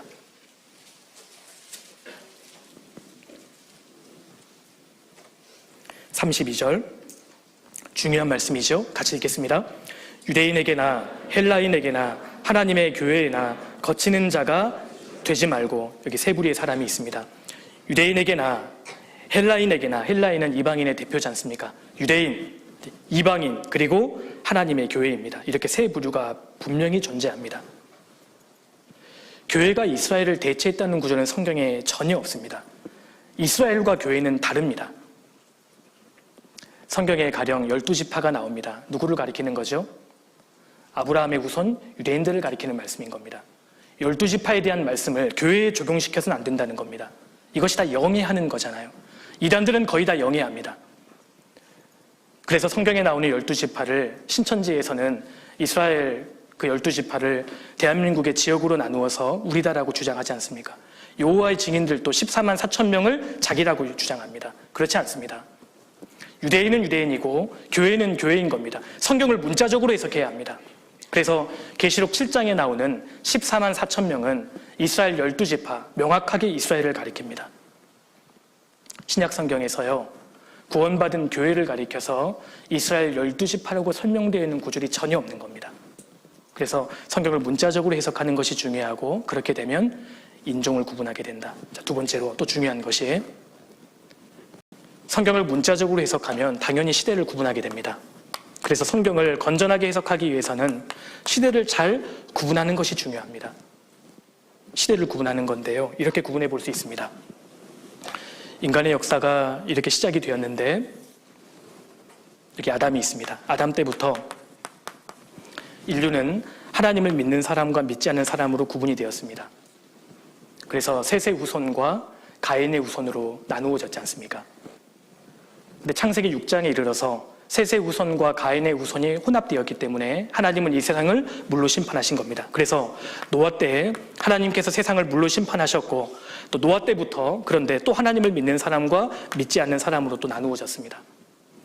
바벨탑 사건에 이르러서는 하나님을 찾는 사람이 한 명도 없는 시대가 되었고, 그래서 하나님께서는 아브라함을 선택하십니다. 한 민족을 선택하시죠. 그리고 아브라함 때부터 예수님께서 초림하실 때까지 하나님이 한 민족을 선택하셨기 때문에 전 세계 사람들은 두 주길로 구분이 되었던 겁니다. 첫 번째는 유대인입니다. 유대인, 그리고 이방인입니다. 두 줄기가 있었는데 예수님께서 십자가에 죽으시고 부활하심으로 복음을 완성하셨고, 그 복음으로 구원을 받은 제3의 부류에 속한 사람들이 생겼던 겁니다. 그게 교회입니다. 교회. 그래서 예수님이 재림하실 때까지 7년 환란 전까지는 이 교회 시대에는 세 부류의 사람이 존재하는 겁니다. 유대인이 있고 이방인이 있고 제3의 부류, 교회가 있는 겁니다. 교회가 있습니다. 교회는 유대인과 이방인 중에서 구원받은 사람들로 구성이 됩니다. 사실 우리 모두는 이방인이었지 않습니까? 근데 구원을 받을 때 교회라는 부류에 소속이 되게 됐고, 다시 말해서 크게 보면 교회는 이스라엘 나라가 완전히 망하고 다시 회복되는 사이에 위치해 있는 겁니다. 은혜 시대에 살고 있는 모든 사람은 유대인, 이방인, 그리고 하나님의 교회 세 부류 중에 하나에 반드시 속하게 되어 있습니다. 그런데 이제 종교개혁자들이 활동했던 당시만 하더라도 이스라엘 나라가 완전히 멸망했기 때문에 이스라엘에게 주어졌던 이 모든 약속의 말씀들을 교회에 적용시켰던 겁니다. 유대인을 향한 하나님의 계획을 배제하고 바라보니까요, 이 지구상에 사는 모든 사람들을 교회에 속한 사람, 교회에 속하지 않는 사람 두 부류로만 보게 됐고, 그래서 이스라엘에 대한 모든 말씀을 교회에 다 적용시켰던 겁니다. 그 결과 천연왕국이 필요가 없잖아요. 천연왕국도 믿지 않고 환란전 효고도 믿지 않았던 겁니다. 성경이 이제 대혼란이 되었던 것이죠. 예수님께서 공중에 재림하실 때 교회를 데려가십니다. 그래서 7년 환란 때에는 다시 두 부류만 남게 됩니다. 유대인과 이방인입니다. 교회는 7년 환란을 통과하지 않습니다. 그리고 예수님께서 지상에 재림하셔서 실제로 1000년 동안 이 세상을 다스리실 때 유대인 3분의 1이 살아서 들어간다고 되어 있고, 이방인들도 소수도 들어갑니다. 그래서 천년왕국 때에도 두 줄기만 있는 겁니다. 결과적으로 교회가 있는 시대는 교회 시대밖에 없는 겁니다. 그러니까 유대인, 이방인, 하나님의 교회 세 줄기가 있는 시대는 유일하게 교회 시대입니다. 이것을 명확하게 알아야 합니다.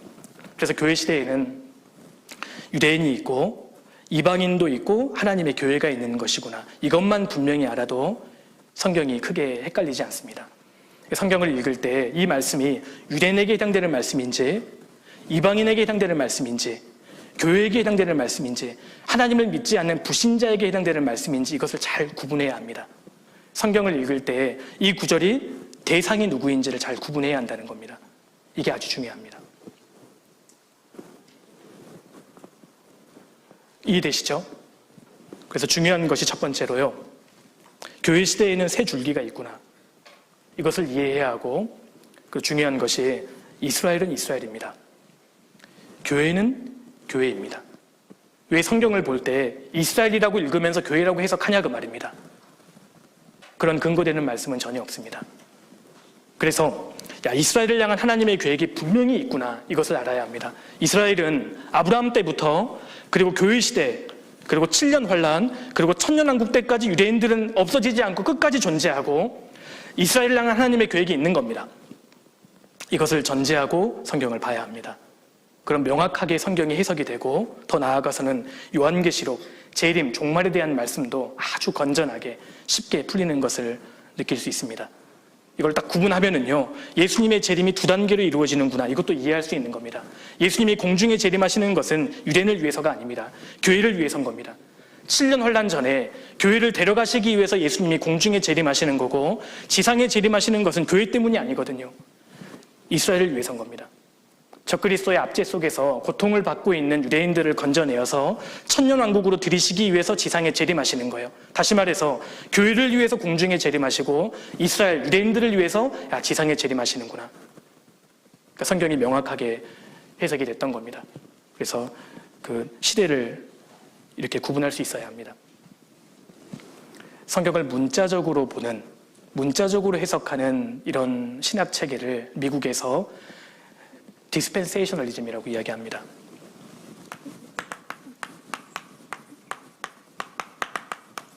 디스펜세이션이라고 하면 디스펜스가 제공하다, 또 구분하다라는 의미를 갖고 있습니다.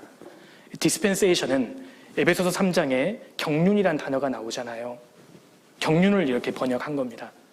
경륜이라는 것은 하나님께서 각 시대마다 사람을 통치하시는 방식이 다르시다는 겁니다. 구원의 방식이 다른 게 아니고요, 통치의 방식이 다르다, 시대마다. 그래서 성경을 문자적으로 해석하고 시대를 구분하는 것을 이제 디스펜세이셔널리즘이라고 이야기합니다. 이것이 이제 미국 신학의 지금 주류입니다. 미국 침례교 신학 체계의 주류를 이루고 있는 것이 디스펜세이셔널리즘입니다.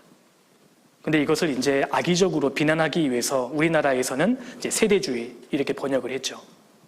성경을 문자적으로 해석하고 시대를 구분하는 사람들을 악의적으로 표현하기 위해서 세대주의라고 얘기했는데요.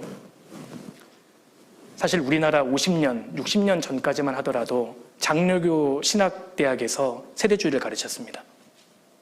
근데 이제 장로교 안에서 세대 교체가 이루어지면서 지금은 극단적인 사람들이 세대주의는 이단이다 이렇게 주장하는 사람도 있는데 그렇지 않습니다. 그래서 보수적인 언학주의 신학을 계속 고수하는 사람들이 있는데 그렇지 않습니다. 성경은 문자적으로 해석해야 되고 문자적으로 해석하면 시대를 건전하게 구분하게 되는 겁니다. 그래서 미국의 지금 신학 체계의 줄은 오히려 시대를 구분하는 세대주의입니다. 이걸 우리가 좀 이해할 필요가 있습니다. 그래서 우리 교회에서 성경 강연회 때 시대를 이렇게 구분하는 것이 우리 교회의 독자적인 가르침이 절대 아니고 초대교회의 가르침이고 더 나아가서는 성경의 문자적인 가르침이다. 이것을 우리가 명확하게 이해할 필요가 있을 겁니다. 결국 핵심은 문자적인 해석이라는 것, 이것을 이해하셔야 합니다. 이해되시죠?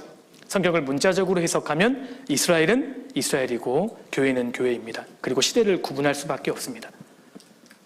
성경을 문자적으로 해석하지 않으면 심지어 구원론까지 기독교의 핵심, 이 종말론까지 다 흔들리게 됩니다. 그래서 성경을 문맥에 맞게 문자적으로 해석하면 이스라엘과 교회가 구분되는 결과가 있고 그렇게 되면 이제 시대가 구분이 되고 명확하게 그 성경이 보인다. 이것을 우리가 알아야 합니다. 그리고 네 번째로 또 성경을 해석할 때 중요한 원칙 중에 하나가요. 이것도 알고 계시면 좋습니다.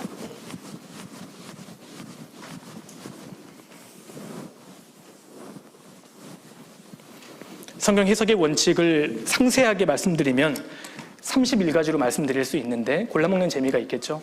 그런데 그렇게까지 말씀드리면 안 될 것 같고 7가지만 제가 좀 말씀드릴게요. 네 번째는 시간상 공백이 있다. 시간상 공백의 원칙입니다. 이것도 알아두시면 좋습니다. 우리가 구약성경, 특별히 예언서를 읽다 보면 헷갈릴 수 있는데 사실 어렵지 않습니다. 이걸 좀 알아두세요. 이게 선지자가 하나님 말씀을 대언하는데요. 첫 번째는 그 당시의 사람들의 죄를 먼저 지적합니다. 너희가 이런 죄를 지었기 때문에 하나님께서 심판하실 것이다. 이것을 먼저 이제 지적합니다. 더 나아가서 너희는 이렇게 범죄해서 심판을 받을 것이지만 머지않아 그리스도께서 초림하실 것이다. 그래서 예수님의 초림에 대해서 먼저 언급을 하고요. 더 나아가서는 예수님이 재림하실 것이다.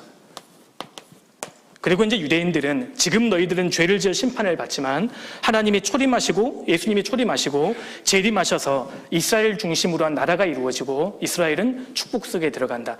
항상 구약의 예언서들은 이런 식으로 기록되어 있습니다. 그래서 그날에 이렇게 나오면 그날이 유대인들이 심판받는 날을 가리키기도 하고 다른 구절에서는 예수님이 초림하시는 날을 의미하기도 하고 또 다른 구절에서는 재림의 때를 언급하기도 하는 겁니다. 그래서 이걸 잘 구분해 보면 구약의 예언서를 읽는 것이 그렇게 헷갈리지 않습니다. 이 말씀이 그 당대의 심판에 대한 말씀이구나, 초림에 대한 구절이구나, 재림에 대한 구절이구나, 이것만 명확하게 구별하면 크게 헷갈리지 않고요. 근데 문제는 선지자들은요 이렇게 바라봤다는 겁니다. 멀리서 그리스도의 초림과 재림을 바라보니까 두 봉우리만 보이잖아요. 그러니까 초림과 재림이 붙어있는 것처럼 묘사가 되어 있습니다. 사실 초림과 재림 사이에 교회 시대라는 이 거대한 골짜기는 구약 성경에 생략되어 있는 겁니다. 이게 교회 시대가 있잖아요. 구약의 선지자들은 교회 시대를 보지 못했습니다. 그래서 구약의 그 예언서를 읽어보면 그리스도의 초림과 재림이 딱 붙어 있잖아요. 그러니까 유대인들이 오해할 수밖에 없었던 겁니다. 초림하신 예수님이 당장 이 세상을 정복하실 거라고 오해했던 겁니다. 교회 시대의 거대한 간격을 보지 못했던 겁니다.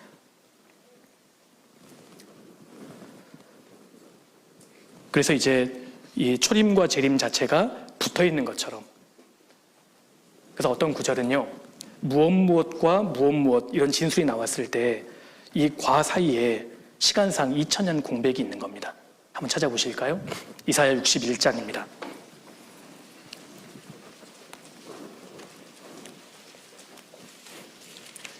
이사야 61장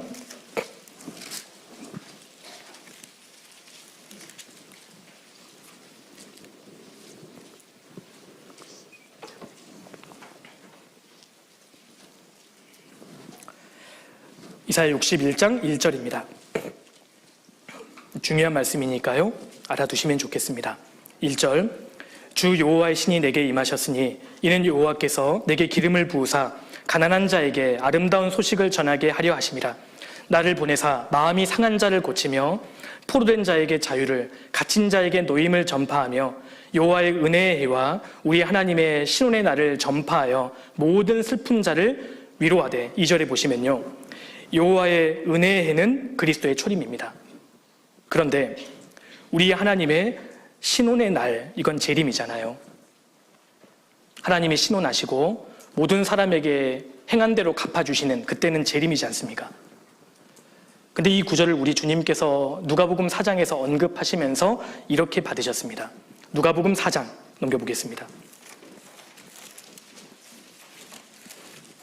4장 16절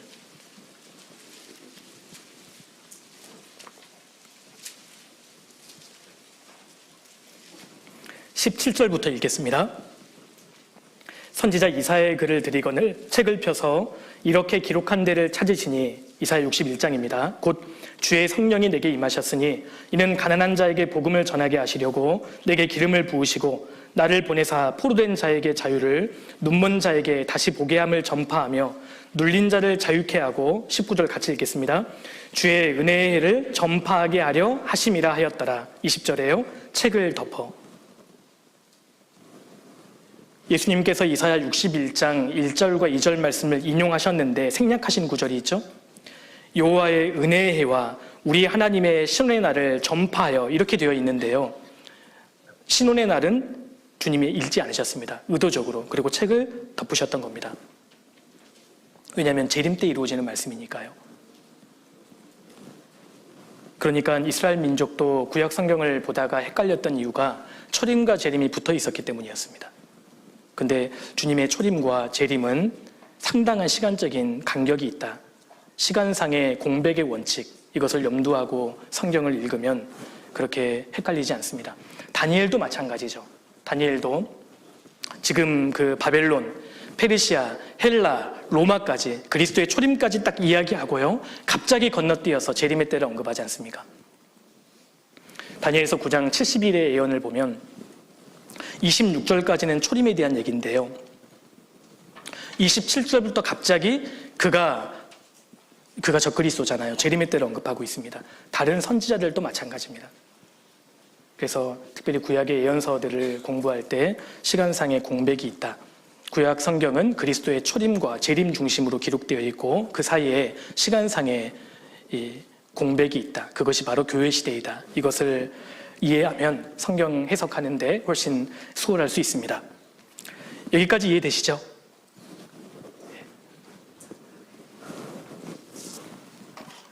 다섯 번째로,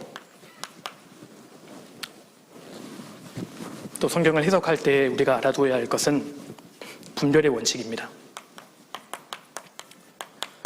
그러니까 말씀, 하나님께서 차이를 두신 게 있습니다. 명확하게 차이를 두시는 것에 대해서 분별하면서 성경을 해석해야 한다는 건데요.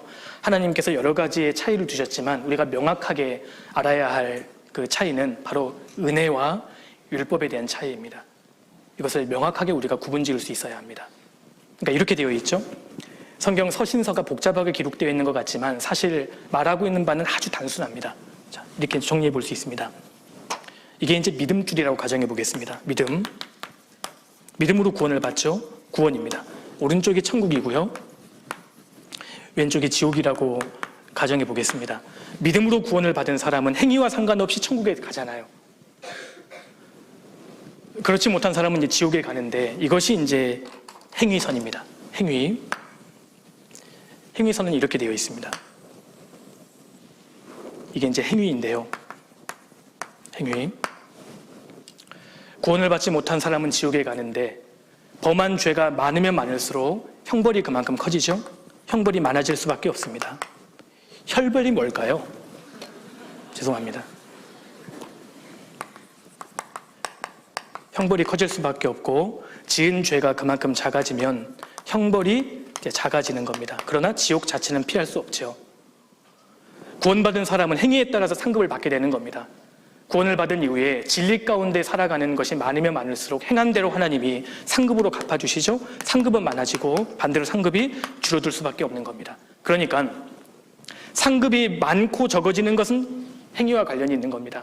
지옥 가서 받는 형벌이 커지고 작아지는 것은 형벌에 따라서 심판을 받는 것이지만 천국 자체에 들어가느냐 그렇지 못하느냐는 형벌과는 행위와는 무관한 거예요. 믿음입니다. 믿음. 천국에 들어가기 위해서는 죄가 홀이라도 없어야 하는데 우리는 불가능하지 않습니까?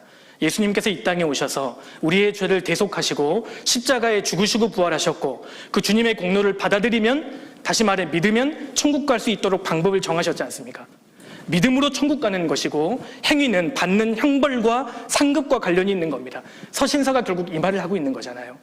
성경은 복잡하지 않습니다. 서신서가 결국 이 얘기를 하고 있고 이 이야기를 더 구체적으로 예시로 설명한 게 사복음서고 실물 교훈으로 설명한 게 구약성경이지 않습니까? 성경은 복잡한 내용이 아닙니다. 사실 간단하게 되어 있습니다. 그런데 왜 복잡한 사건과 비유와 상징이 있느냐? 초등학교 학생들이 보는 책일수록 그림이 많이 들어가 있잖아요. 하나님께서 인간에게 이것을 이해시키려고 많은 애화와 사건과 제사를 통해서 우리에게 설명하셨다 그 말입니다. 아주 간단하게 되어 있습니다. 간단하게. 그래서 하나님께서 차이를 두신 것, 율법과 은혜입니다. 율법과 은혜, 믿음과 행위, 이 차이만 잘 구분해도 성경을 우리가 크게 헷갈리지 않게 볼 수 있습니다. 그러니까 이렇게 되어 있죠. 보십시오.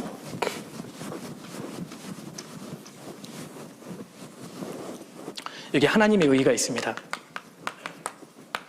하나님의 의의, 공로입니다. 여기 사람의 의의가 있죠.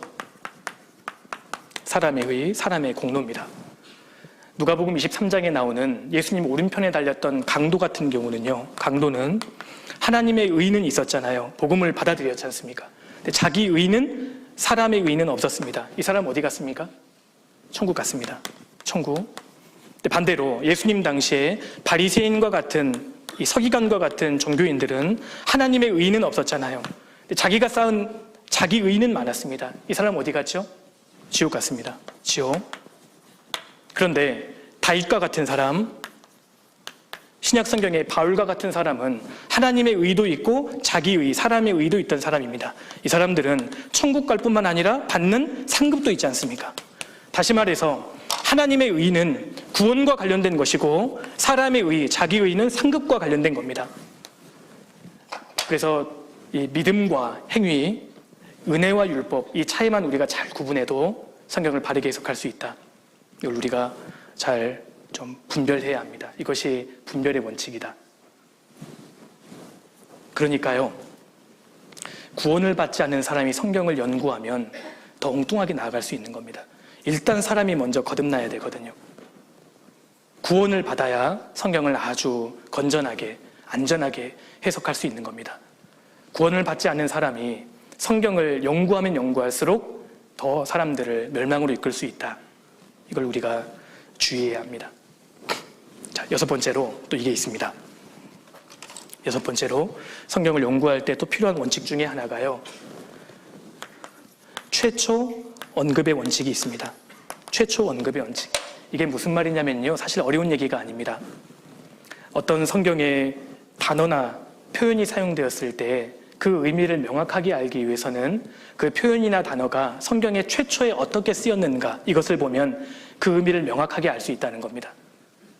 예를 들어서요, 로마서 6장을 읽다 보면 죄가 너희를 주관치 못하리니 이는 너희가 법 아래 있지 아니하고 은혜 아래 있음이라, 이런 말씀이 나오지 않습니까? 주관이라는 단어가 나옵니다. 성경에서 주관이라는 단어가 정확하게 어떠한 의미일까, 이걸 알기 위해서는 주관이라는 단어가 어디에서 가장 처음에 쓰였는가, 이걸 찾아보면 된다는 겁니다. 창세기 1장에 하나님이 천지를 창조하실 때 해로 낮을 주관하게 하시고 달로 밤을 주관하게 하시고, 이 구절이 나오잖아요.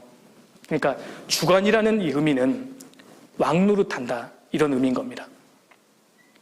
태양이 모든 것을 왕노릇하는 것처럼 구원을 받은 사람은 죄가 너희를 주관하지 못한다, 주인 노릇하지 못한다, 그 말씀을 하고 있는 겁니다. 이것이 이제 최초 언급의 원칙입니다. 성경에서 이제 거룩이란 단어가 사용될 때에는 거룩이라는 게 어떠한 의미일까? 하나님께서 말씀하시는, 생각하시는 거룩은 창세기 2장 3절에 하나님께서 6일째 모든 것을 창조하시고 일곱째 날을 거룩하게 구별하시잖아요. 그리고 안식하셨습니다. 그러니까 성경에서 말하는 이 거룩의 개념은 구별, 분리의 개념이구나. 이걸 이제 좀 알 수 있는 겁니다. 이것이 이제 이 최초 언급의 원칙이다.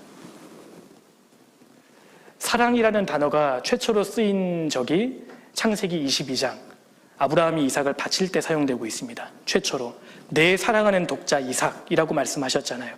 그러니까 성경에서 말하는 사랑은 아버지가 아들을 사랑하는 그 사랑과 아주 유사합니다. 하나님의 그 사랑은 어머니의 사랑처럼 깊을지라도 사실 자녀들을 다루어 가시는 방식 자체가 아버지 사랑과 유사하다는 겁니다.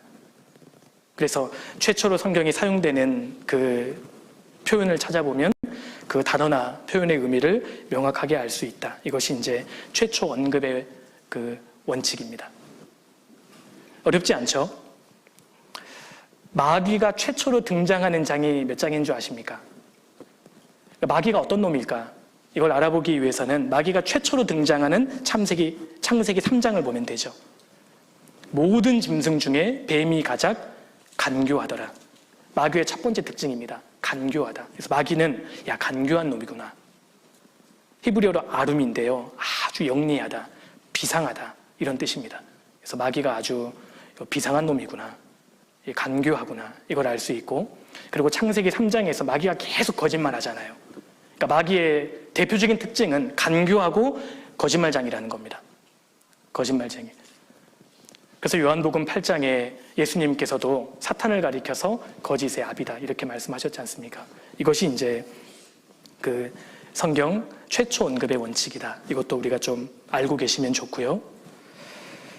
그리고 이제 7번째, 마지막입니다. 드디어 마지막으로 또 우리가 좀 알아두어야 할 성경 해석의 원칙이요, 점진적 계시의 원칙입니다.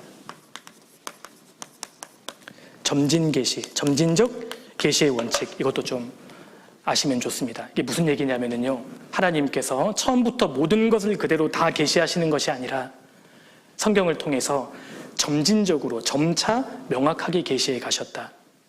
성경을 보면 우리가 이걸 알 수 있습니다. 예수님의 그 초림에 대한 언급도 하나님께서 먼저 착 하고 계시해 주신 게 아니잖아요. 창세기 3장에서는 여자의 후손으로 오실 것이다. 창세기 12장 넘어가서는 아브라함 후손으로 오실 것이다. 이삭의 자손으로 오실 것이다. 야곱 후손으로 오실 것이다. 유다 지파로 오실 것이다. 베들레헴에서 태어나실 것이다. 이새의 집에서 오실 것이다. 다윗의 가게에서 오실 것이다. 그리고 예수님 탄생하시기 전에 세례 요한을 먼저 보내주실 것이다. 은산십에 팔릴 것이다. 보다 더 구체적으로 점진적으로 계시하셨다는 겁니다. 이것이 점진적 계시의 원칙이다. 이걸 좀 알아두시면 좋습니다. 삼위일체에 대해서도 마찬가지입니다. 창세기 1장에는 하나님에 대해서 엘로힘이라는 복수 명사로 삼위일체를 암시하셨지만 신약 성경에 들어와서는 명확하게 삼위일체를 선언하셨잖아요. 점진적으로 계시하신 겁니다. 점진적으로. 음부라는 단어가 나오죠. 구약 성경의 음부는 죽음 건너편의 세계를 완전히 통칭합니다. 히브리어로 스올입니다. 그래서 구약 성경에 나오는 음부라는 단어는 낙원을 의미하기도 하고 말 그대로 음부, 또 지옥을 의미하기도 합니다. 죽음 건너편의 세계를 통칭하지만 신약 성경에 들어와서는 주님이 그것을 명확하게 구분하셨죠. 구원을 받은 사람의 영혼이 가는 곳은 파라다이스, 낙원이라고 명확하게 구분하셨고, 구원받지 않는 사람들이 영혼만 가 있는 곳은 하데스, 그리고 이제 몸과 영혼이 함께 합쳐져서 가는 영원한 지옥을 게헨나, 명확하게 계시하신 겁니다. 그래서 처음에는 암시하셨고 통칭하셨지만 점진적으로 계시하셨다. 이것을 우리가 좀 이해할 필요가 있습니다. 왜 이게 중요하냐면요, 우리가 성경을 해석할 때 그렇다면 무엇을 근거로 성경을 바라봐야 할까요? 서신서입니다. 하나님이 점진적으로 명확하게 진리를 계시하셨기 때문에 가장 명백하게 드러난, 이 교리가 드러난 곳이 서신서인 겁니다. 일종의 해설서입니다. 그래서 우리가 로마서부터요 유다서까지는 아주 친숙하게 바르게 익혀야 합니다. 그래서 서신서의 눈으로 사복음서를 바라보고 서신서의 눈으로 구약 성경을 바라보면 안전하게, 건전하게 성경을 해석할 수가 있는 겁니다. 처음부터 사복음서를 연구하려고 하면 어려울 수 있습니다. 왜냐하면 예수님의 말씀은 구원받기 전의 시점과 구원받을 때 시점, 구원받은 이후의 결과를 일반적인 원리로 설명하셨기 때문에 처음에 우리가 헷갈릴 수 있습니다. 근데 서신서는 명확하게 그 시점을 구분하셨고 예수님은 그 모든 것을 통칭해서 일반적인 원리를 설명하신 거고요. 그걸 명확하게 더 계시한 것이 서신서이기 때문에 서신서의 눈으로 사복음서를 바라봐야 한다. 그래서 서신서가 이제 점진적인 계시에 의해서 명확하게 구체화되어 있기 때문에 우리가 먼저는 서신서에 익숙해질 필요가 있고요. 서신서에 익숙해지면 그 다음에 사복음서를 연구하고 그 다음에 구약 성경을 연구하고 마지막에 요한계시록 순으로 연구하면 명확하게 안전하게 해석할 수 있을 거라고 생각합니다. 여호와의 증인들이 실수하는 이유가 명백한 말씀들, 이 서신서의 말씀들을 쌍그리 무시하고 시편이나 전도서에 대해서 명확하지 않은 말씀들을 교리화합니다. 명확하지 않은 말씀들을 기준으로 명백한 말씀들을 다 부수는 쪽으로 가니까요, 이단이 나오는 겁니다. 그래서 우리가 가장 익숙해져야 되는 첫 번째 이 성경은 서신서이다. 이걸 우리가 좀 알아두시면 좋겠습니다. 마태복음은 어려운 책에 속합니다. 서신서의 눈으로 마태복음을 해석해야 합니다. 로마서만 열심히 연구해서 이단적인 교리가 나오기 어렵습니다. 왜냐하면 로마서는 아주 명백하게, 명료하게 되어 있기 때문에요. 로마서를 근거로 이단 교리를 만들기 어렵습니다.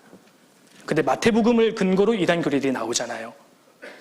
그러니까 우리가 그 서신서에 먼저 연구하고 그 눈으로 사복음서와 구약 성경을 바라봐야 합니다. 그렇게 했을 때 성경을 잘 이해할 수 있는 기틀이 마련되는 겁니다. 그리고 이제 성경을 연구할 때 이제 우리가 이런 표현이 맞는지 모르겠습니다만 맨 땅에 헤딩하려고 하면 좀 어렵죠. 처음에 아프기도 하고요. 그래서 성경 전체를 잘 정리해 놓은 책들이 있습니다. 물론 우리가 성경 자체를 먼저 연구해야 되고 다른 책에 의존하는 것은 합당하지 않지만 성경을 연구할 때에는 성경 이 전체를 잘 정리해 놓은 책들의 도움을 받으면 좋습니다. 이 기독교의 중요한 교리들을 잘 정리해 놓은 책들, 그리고 성경을 우리가 해석하고 연구하는 데 잘 도움이 되는 그런 책들을 우리가 참고하면 좋습니다. 그 책들 중에 어떤 책이 가장 좋은 책들일까요? 우리 교회에서 나오는 책들. 제가 책발로 나오는 거 아닙니다. 그런데 우리 교회에서 나오는 이 출간된 책이 정말 좋은 책입니다. 하나님과의 평화, 우리 성경 강연 시리즈를 잘 구분해 놓은 성경 강연 시리즈, 이런 책들을 비롯해서요, 정말 어려운 책이죠. 마태복음 강해, 그리고 요한계시록 강해, 요한복음 강해, 로마서 강해, 그리고 창세기 강해, 중요한 성경의 강해 책들이 이미 출간되어 있습니다. 책을 많이 읽는 것 중요하지 않습니다. 책을 적게 읽더라도 그 책이 정말 내 것이 될 수 있도록 곱씹는 것이 중요합니다. 대충 읽어야 할 책이 있고요, 읽지 말아야 하는 책이 있습니다. 그런데 어떤 책들은 정말 꼼꼼하게 정독해서 이게 정말 내 뼈와 살이 될 수 있도록 완전히 익혀야 되는 책이 있는 겁니다. 우리 교회에서 출간한 책자들이 그런 책에 속합니다.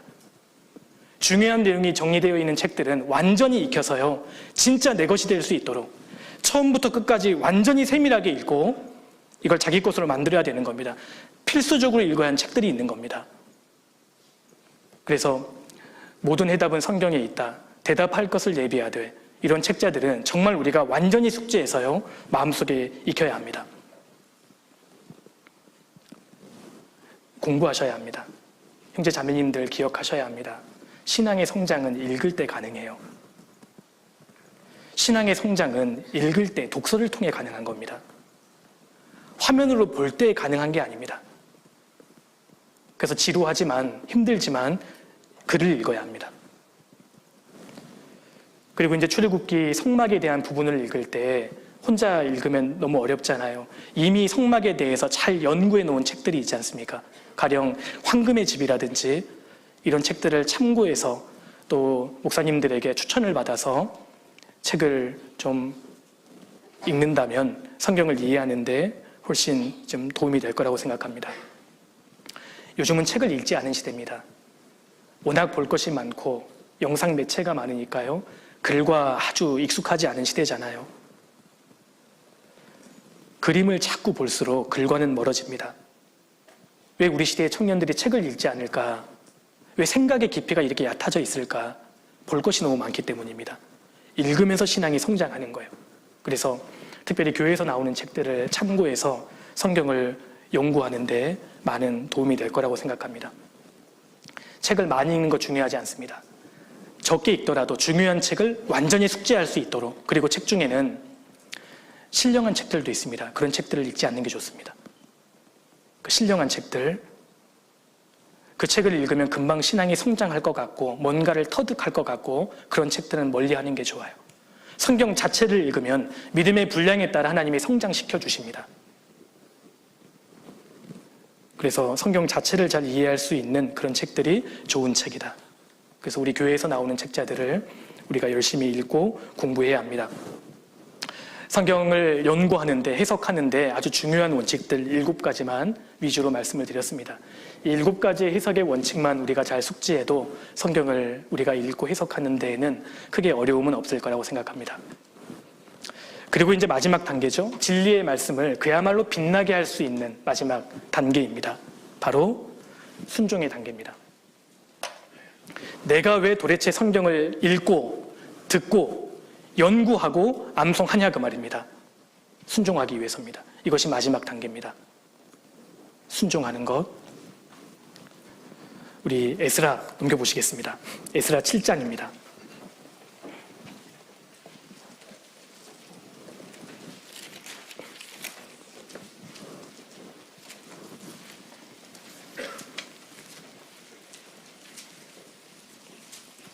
에스라 7장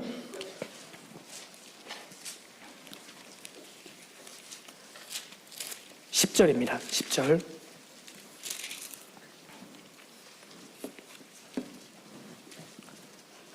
같이 읽겠습니다. 에스라가 여호와의 율법을 연구하여 준행하며 율례와 규례를 이스라엘에게 가르치기로 결심하였었더라. 우리가 하나님 앞에 바르게 살려는 마음을 가지고 읽어야 합니다. 우리가 성경을 계속 읽어가되 연구하되 아는 만큼 순종해야 한다는 뜻입니다. 성경은 순종을 전제로 대하는 겁니다. 이런 마음이 갖추어졌을 때 하나님께서는 말씀을 더 깨달을 수 있도록 도와주십니다. 에스라는 하나님 말씀을 많이 깨달은 학사였습니다. 왜 그게 가능했냐? 여호와의 율법을 연구하는 태도로 말씀을 꼼꼼히 공부했고, 그리고 준행하며 말씀대로 순종했습니다. 그렇게 했기 때문에 하나님께서 말씀을 깨닫도록 도와주셨고,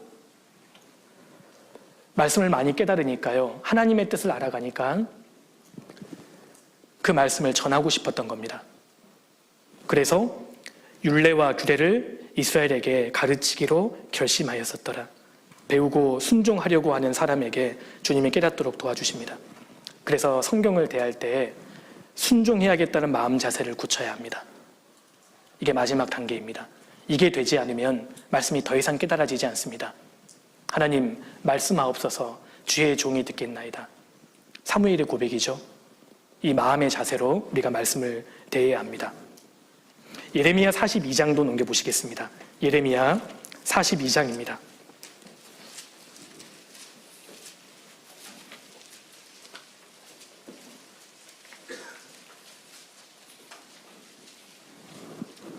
예레미야 42장 6절입니다. 6절.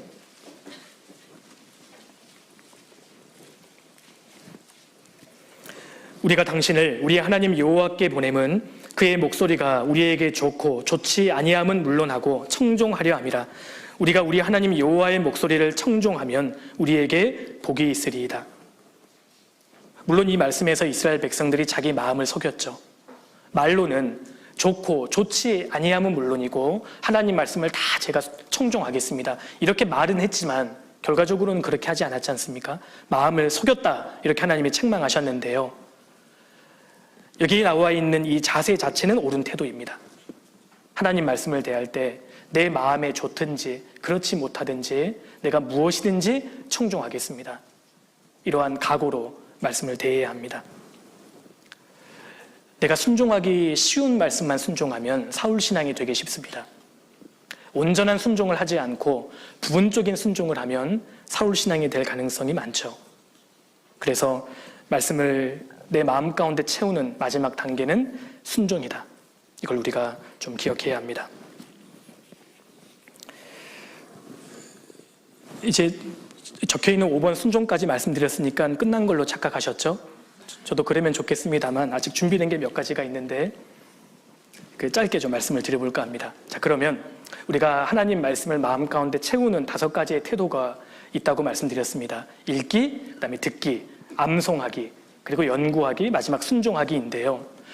이 말씀을 대하면서 우리가 갖추어야 될 기본 태도가 있습니다. 첫 번째는 기도하면서 말씀을 대해야 합니다. 기도하면서 하나님, 제가 이 말씀을 꼭 깨닫도록 도와주세요. 제가 이 말씀에 꼭 순종할 수 있도록 도와주세요. 기도가 선행이 되어야 합니다. 내 눈을 열어서 주의 법에 기이한 것을 보게 하소서. 하나님께서 깨달을 수 있도록 도와주시라고 간절히 기도하면서 읽어야 하고, 두 번째도 필요한 태도는 간절한 마음으로 하나님을 더 알고자 하는 갈망을 가지고 말씀을 대해야 합니다. 우리 이 구절은 중요하니까 찾아보겠습니다. 시편 119편입니다. 시편 119편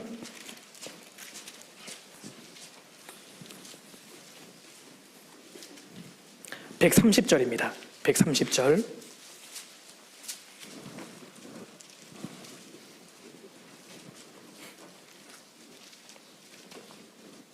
주의 증거가 기이함으로 내 영혼이 이를 지키나이다. 죄송합니다.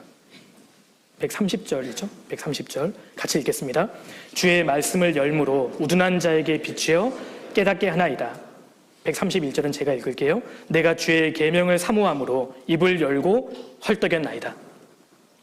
이게 어떤 짐승을 모티브로 해서 지금 다윗이 말하고 있는 건데 어떤 짐승일까요?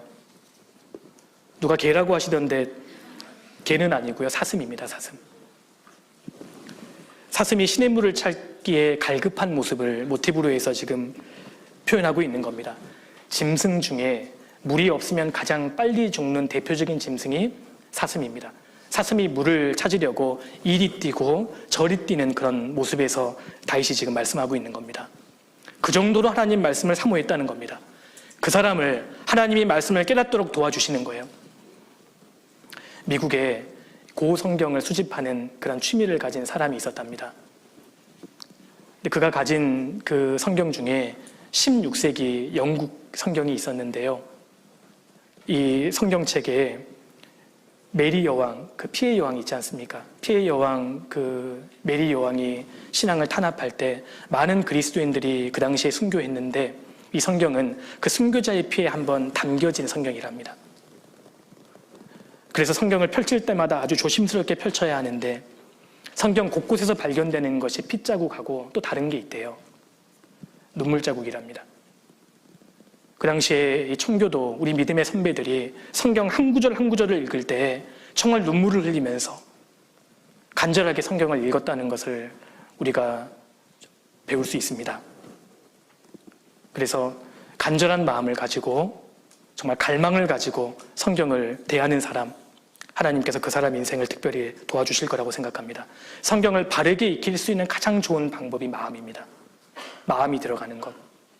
그리고 성경을 또 우리가 바르게 대하는 태도는 성경은 하나님을 가까이 하는 것이니까요. 생활 속에서 하나님을 가까이 하는 사람이 하나님 말씀을 올바로 깨달을 수 있을 거라고 생각합니다. 예수님 당시의 유대인들은 안식일마다 성경을 보았습니다. 근데 제대로 깨닫지를 못했지 않습니까? 예수님 당시에 누가 가장 성경을 올바로 깨달을 수 있었을까요? 주님의 제자들입니다. 주님과 함께하고 주님을 가까이하고 주님과 동고동락했던 제자들이 그 당시에 성경을 가장 많이 잘 깨달을 수 있었던 겁니다. 마찬가지로 우리가 하나님 말씀을 읽고 들을 때 생활 가운데 하나님과 동행한 사람들, 죄를 끊고 하나님을 가까이 했던 사람들이 하나님 말씀을 올바로 잘 깨닫는 겁니다. 생활 속에서 주님은 멀리하면서 단순히 호기심으로 지적 욕구를 가지고 말씀을 대하는 사람들은 깨닫기가 어려울 거예요. 그래서 우리 청년 형제 자매님들, 마음의 우상을 제하셔야 합니다. 이것이 하나님 말씀을 올바로 깨달을 수 있는 좋은 방법입니다. 우상을 없애면 내 손이 성경을 붙잡게 됩니다. 반대로 마음의 우상을 품으면 하나님의 말씀과는 점점 멀어지지 않습니까? 마음의 우상을 제거했을 때 하나님을 알고자 하는 마음의 열망이 일어나게 되고 그 사람의 손은 자꾸 성경과 가까워지는 겁니다.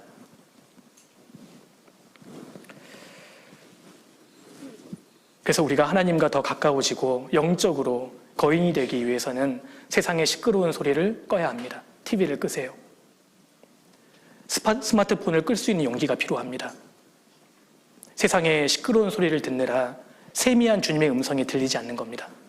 그래서 마음속에 우상을 제거했을 때 하나님 말씀에 자꾸 마음이 가까워지고 하나님을 더 알 수 있습니다. 그리고 또 중요한 것이 하나님 반드시 이렇게 하십니다.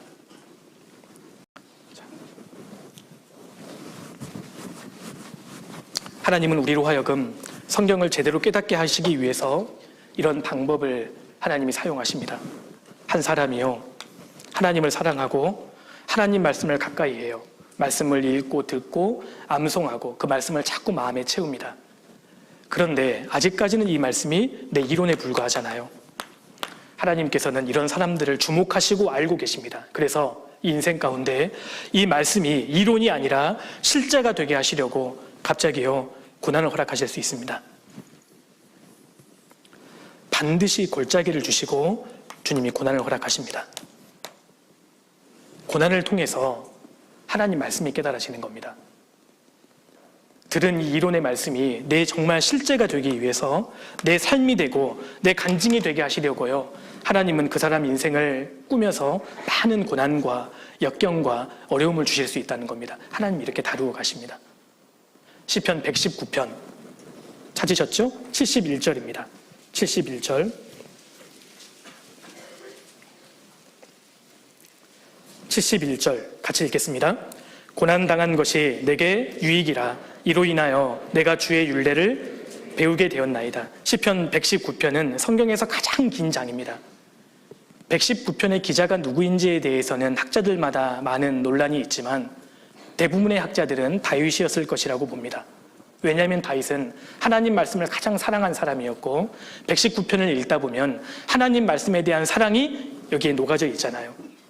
근데 다윗이 그토록 하나님의 말씀을 사랑하게 된 데에는 그가 처절한 광야길을 걸어왔기 때문입니다.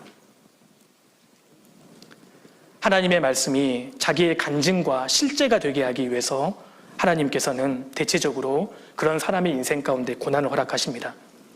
히브리어로 광야를 미드바르라고 합니다. 미드바르, 광야입니다. 히브리어로 말씀을 더바르라고 합니다. 어원이 같습니다. 우리가 평상시에 말씀을 듣죠. 그런데 광야에 있을 때 하나님 말씀을 집중해서 듣게 됩니다. 사람들이 다 나를 외면하고 다 나를 버리고 혼자 외롭게 되었을 때 그곳에서 비로소 하나님의 음성에 집중하게 되죠.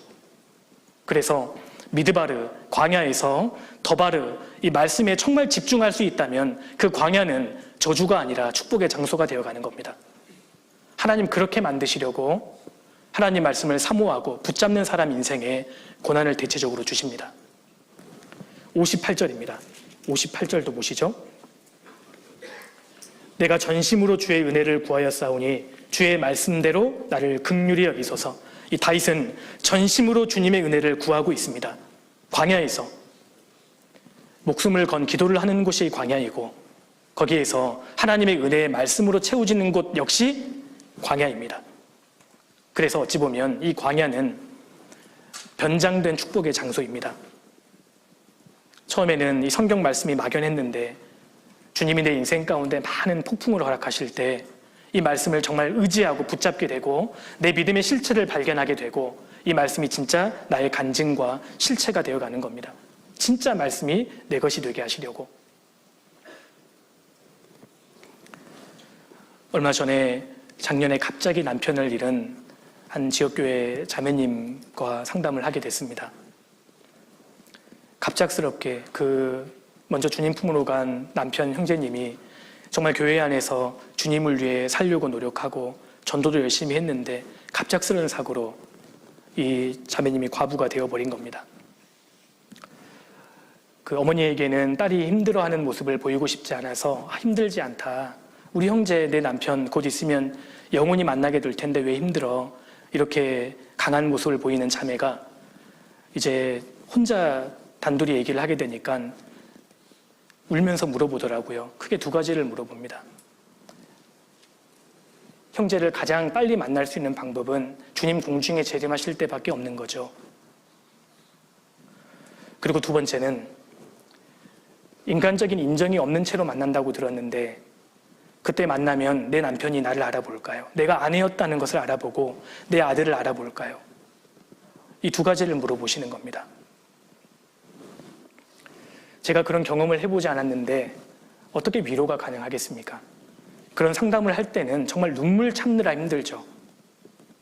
그래도 그 눈물을 흘리는 것이 상대방에게 위로가 될 수는 있겠지만 때를 따라서 정상적인 상담이 되지 않을까 봐 참느라 힘이 될 때가 있습니다.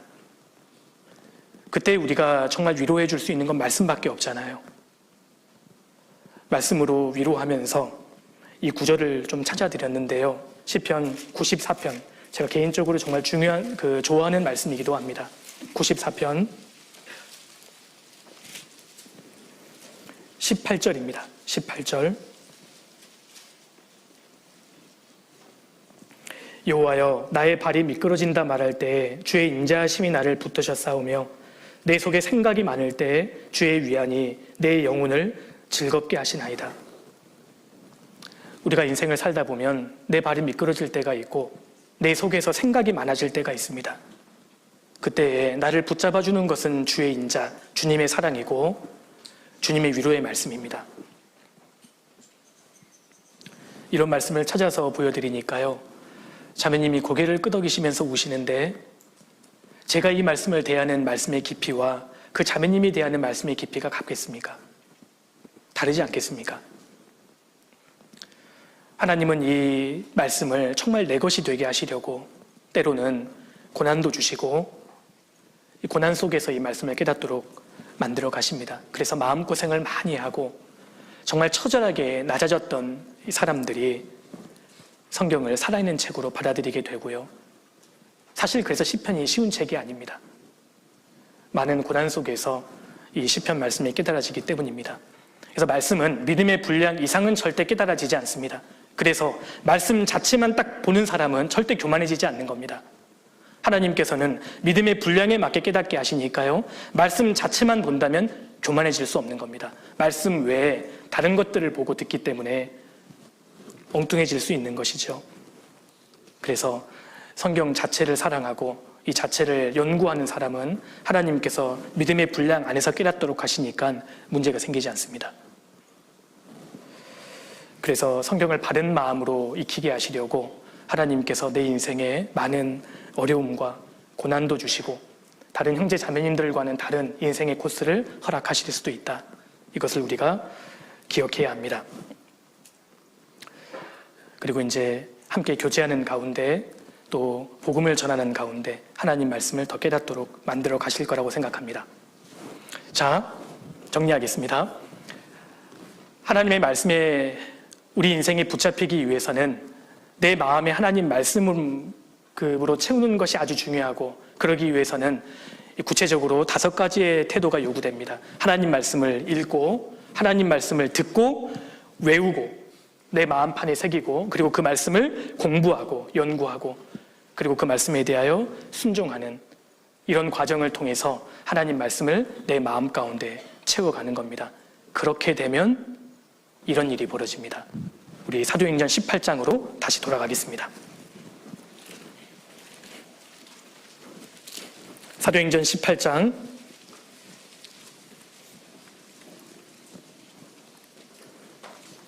5절입니다. 5절 다시 보시겠습니다. 실라와 디모데가 마게도냐로서 내려오매 바울이 하나님의 말씀에 붙잡혀 유대인들에게 예수는 그리스도라 밝히 증거하니, 하나님 말씀은 살아있기 때문에 하나님 말씀을 자꾸 붙잡고 그 말씀을 내 마음에 채우면 하나님 말씀에 완전히 사로잡힙니다. 바울이 그렇게 된 겁니다. 바울이 하나님의 말씀에 붙잡혔다. 하나님 말씀에 붙잡히면 어떤 결과가 나타날까요? 내 의지와 내 본성과 내 성향, 내 재능 그 이상의 결과가 나타납니다. 하나님 말씀에 붙잡혀서 신비한 결과가 나타나는 겁니다. 여기 그 결과를 보십시오. 6절에 저희가 대적하여 회방하거늘. 사도 바울이 유대인들에게 복음을 전했는데, 하나님 말씀에 붙잡혀서 복음을 전했는데 돌아오는 것은 회방과 비방과 핍박이었습니다. 그런데 문제는 바울이 이것을 몰랐을까요? 지금 2차 선교 여행 중입니다. 가는 곳마다 유대인들에게 복음을 전하면 핍박을 받고 비방을 받고 때로는 돌에 맞아 죽기까지 했지 않습니까? 그런데 바울이 그럼에도 불구하고 뻔히 결과가 예상되는데도 복음을 전합니다. 왜냐하면 하나님 말씀에 붙잡혔기 때문입니다. 하나님 말씀에 붙잡히면 내 의지와 내 이성과 내 본성, 내 성향 그 이상의 결과를 나타냅니다. 우리가 이렇게 되어야 합니다. 하나님 말씀에 붙잡히면 겸손하게 됩니다. 말씀에 붙잡히면 은혜가 무엇인지를 아니까 자기를 자꾸 낮추게 되고요. 하나님 말씀에 붙잡히면 내가 절대 용서하지 못하는 그 사람을 용서하게 되지 않습니까? 요셉이 형들을 용서했던 것처럼 말씀에 붙잡히지 않으면 불가능한 일입니다. 그리고 말씀에 붙잡히면 협력할 수 있고 하나님의 뜻을 행할 수 있고 많은 사람들을 건지고 세울 수 있는 결과가 나타납니다. 하나님 말씀에 붙잡히면 가능합니다. 그래서 우리가 청년회 때 하나님 말씀을 내 마음 가운데 채우고 그 말씀에 붙잡히는 것이 중요합니다. 형제 자매님들 기억하셔야 합니다. 말씀은 나를 바꿀 수 있습니다. 말씀만이 나를 완전히 바꿉니다. 하나님 말씀은 한 인간의 삶을 완전히 바꿀 뿐만 아니라 한 도시를, 한 국가를, 심지어 시대를 완전히 바꿔버립니다. 16세기 중반까지만 하더라도 유럽에서 독일은 그 많은 열국들 가운데 아주 작은 별 볼 일 없는 나라였습니다. 100개가 넘는 그 작은 군주국가로 이루어져 있었기 때문에 그야말로 독일은 게르만, 야만족의 후예들이었습니다. 그런데 16세기 중반부터 독일이 비상하기 시작하죠. 갑작스럽게 세계 최고의 철학자들, 문학자들, 문학가들 이런 사람들을 배출하기 시작하고 심지어 300년 만에 독일 통일이 이루어지고 세계에 정말 내노라 하는 그런 강대국이 됩니다. 그 시작이 뭐였는 줄 아십니까? 16세기 중반에 루터가 종교개혁을 합니다. 그리고 가장 먼저 했던 일 중에 하나가 라틴어 성경을 독일어로 번역하잖아요. 다시 말해서 독일 국민들 손에 성경책이 쥐어졌던 겁니다.